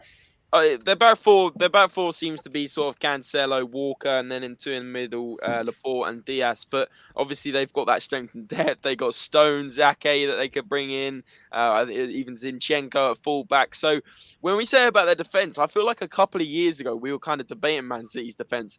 But since they got Ruben Diaz, since they brought in these other couple of players that Cancelo's flourishing, it's really changed, hasn't it? Like, I mean, for me, I feel like I used to say Man City's defense is the frailty, and actually now I don't think it is. I don't think it is at all. They have more contributions to goal than some of our midfielders. Ruben Diaz has 2 goals and 4 assists this season. Yeah, but hold on, Andre, we've got defenders that have more contributions to goal than our midfielders. Sanchez has scored 2 goals this season. That's a lot more than Harry Winks has scored. Hopefully, their 2 defenders, their 2 main defenders combined have 7 goals and 4 assists, or 6 goals, I think. Six goals and 4 assists in between the 2 of them. That's more than like the majority of our midfielders.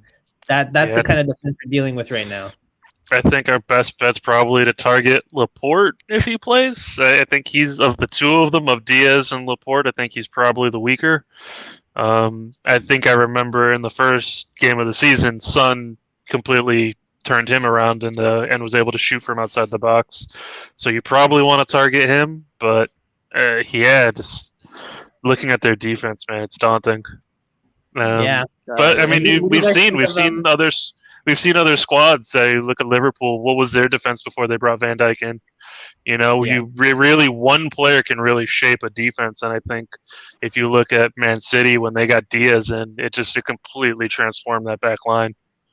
That's true. And actually, what are your thoughts on the fact that Laporte actually could have been playing for us had we done a certain trade? Beats out Dyer, I guess.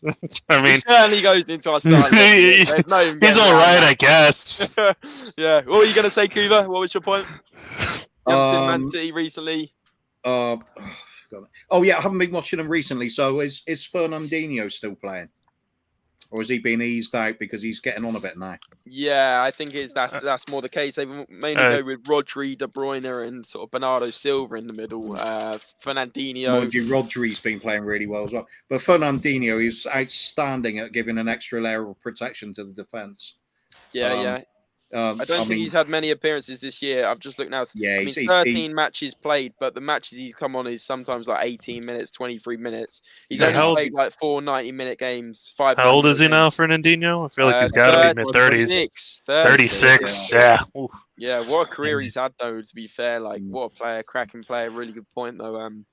Yeah, 36 still on the Man City team. Yeah.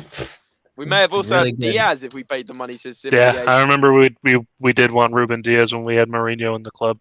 Unbelievable. Ake played in the first game. Can't remember if he was left centre back or left back. And also, we did lose to Vitesse Mura and Pacos Ferreira. What a way to be positive at the end, Simply AS. I can always rely on you. I can always rely on you to bring us like that hook, line, and sinker, whether it's a 6-0 prediction. It's absolutely brilliant, Simply AS, but we wouldn't have it any other way. What's really frustrating about all that is we don't even know if a lot of these players would have come because we didn't even meet the valuation that was being asked. Yeah, it's frightening. Yeah, I went on about once how we undervalue players.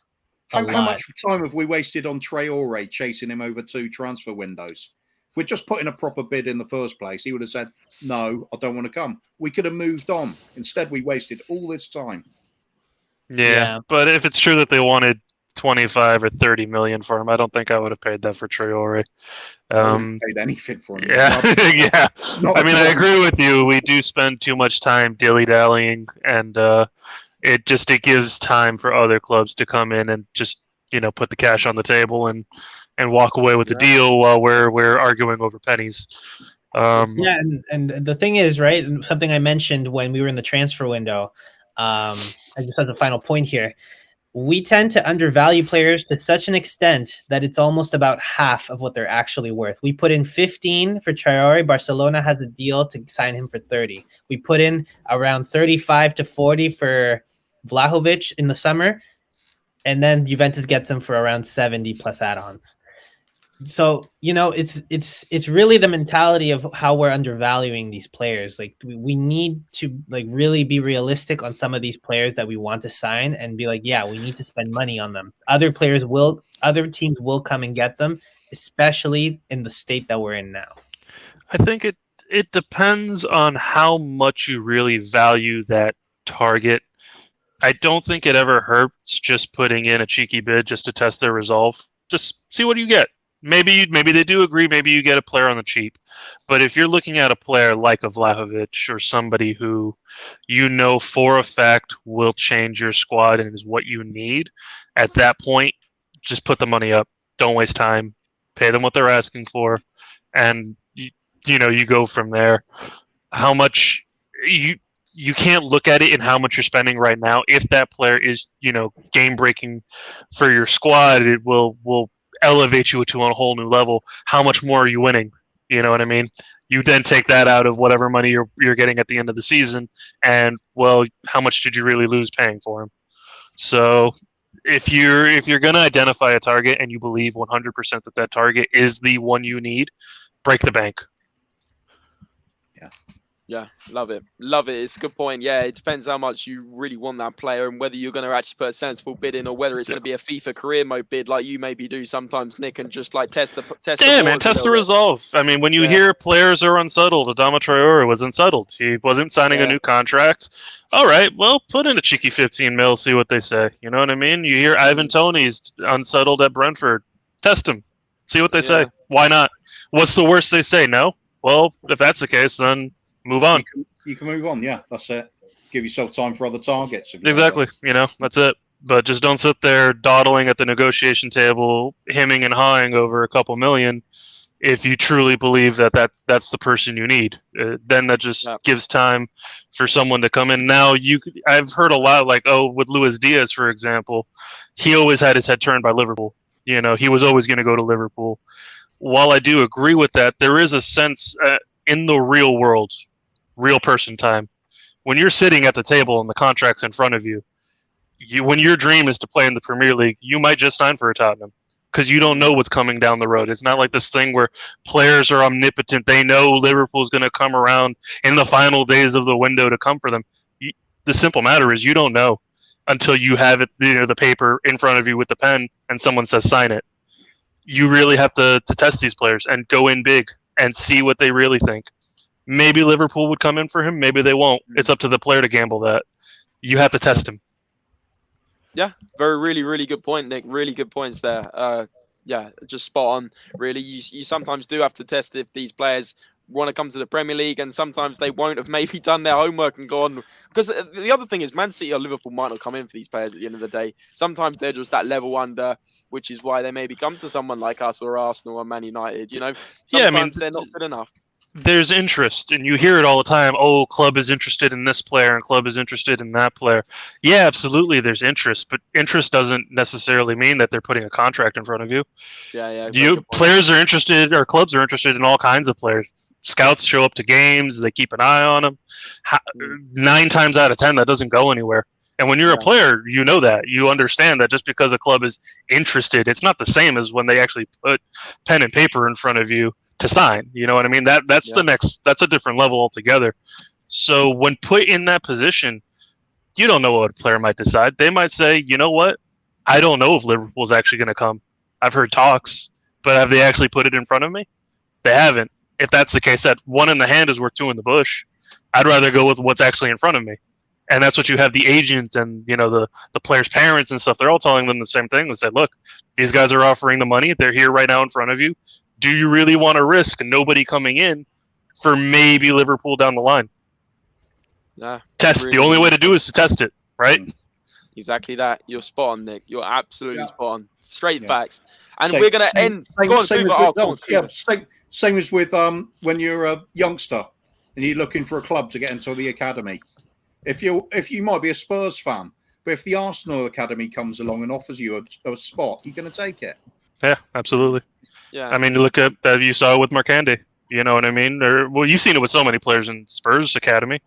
They don't feel like they're being assured game time. A club comes in and says, "Look, we want you. We're going to give you the play time," and they sign the contract. Not because they don't love Spurs. You know, they've come through the academy. They love us, but when it's a real Madueke. Kyle Walker-Peters we sold out, Marcus Edwards, so many players. You know, when you actually put pen and paper in front of them, they have to decide. Yeah, they'd rather move on. You got good points there, guys. Really good points. And guys, it's been 2 hours of absolutely brilliant debates, brilliant opinions.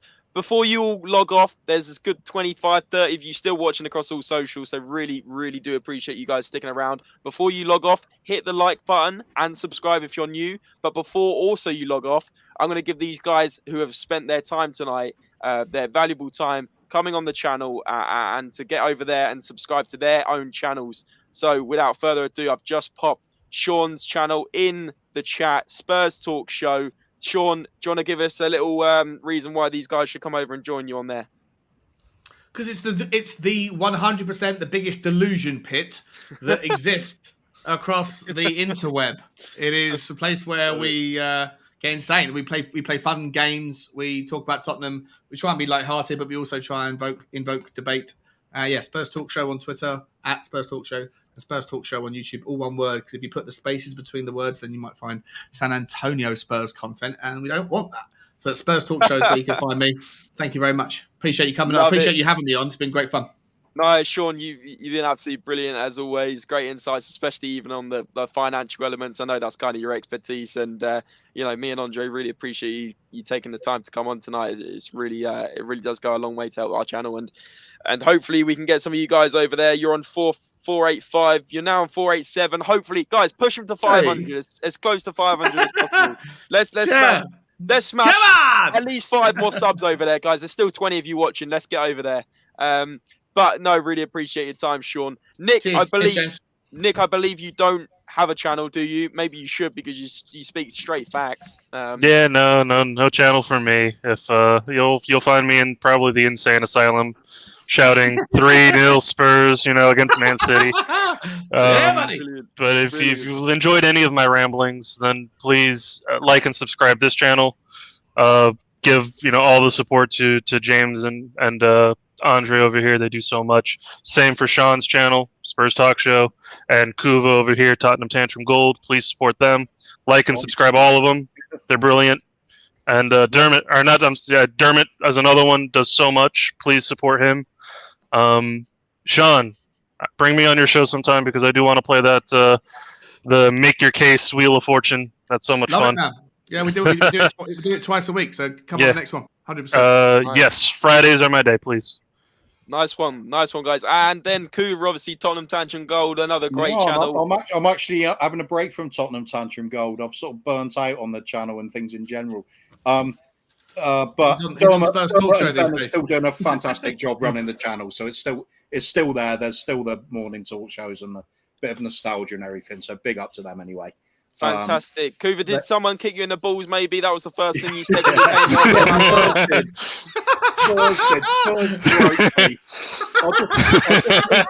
I just need to get away from the normal grind of doing these things. And Sean's channel, bit of levity in it. This one as well. I wouldn't have come on if it was just the normal Spurs channel, but I like your sort of energy and a bit of a laugh with the channel. Appreciate it, and Cougar, anytime, mate. I know maybe you get more time to have your steak and chips in the evening now. It's absolutely fantastic. Absolutely. I don't know if it was myself if I don't. So I don't know if it was a kick to the balls, but I think Lloris punched him in the balls the other day against Wolves. Superb banter. Absolutely brilliant. And guys, we appreciate all the comments that have been coming through all night for the whole 2 hours. Simply Ace has been brilliant. He's saying brilliant show, lads. Brilliant comments from you. And just to name a few, like Sean's in there, SOF, Ellie, Chris, Simply Ace. Oh, there's been so many. I can't even scroll up the chat too much. But yeah, you guys have been all brilliant. Victor, Wembley, the support has been unbelievable, guys. And please can't speak. Please keep that up. And you can catch us, guys, tomorrow on the review show after the Man City game. Hopefully, we're discussing a wing. Fingers crossed, guys. Fingers crossed. Most of the panel sneaking in. Bit of hope is sneaking in. 1-0. Yeah. Cougar, he's come in with a 1-0 at the end. Look at that. We talked him to it. It's what Spurs always does to you. You keep coming back anyway. So, guys, we've got the match review tomorrow after the game. Straight after the game, me and Andre will be dissecting the game, whether it's for the good or the bad. Let's find out. And then Sunday, we've got an amazing show. We've got a quiz show that we had to reschedule. It's going to be Irish Hotspur versus Team Tottenham on tour. Me and Andre have provided this 25-question quiz. It's going to be picture games, quiz questions from across the history. It's going to be great fun, guys. Make sure you're there 7 o'clock Sunday, and that will be an absolute blast. Get in the comments, get your predictions in, get your quiz answers in. It's just going to be a great night. Maybe to soften the blow on a loss tomorrow. But I didn't just say that.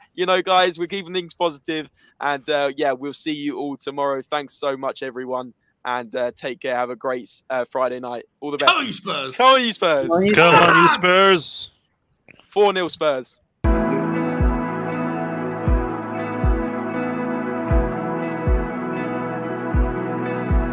Tomorrow's game day!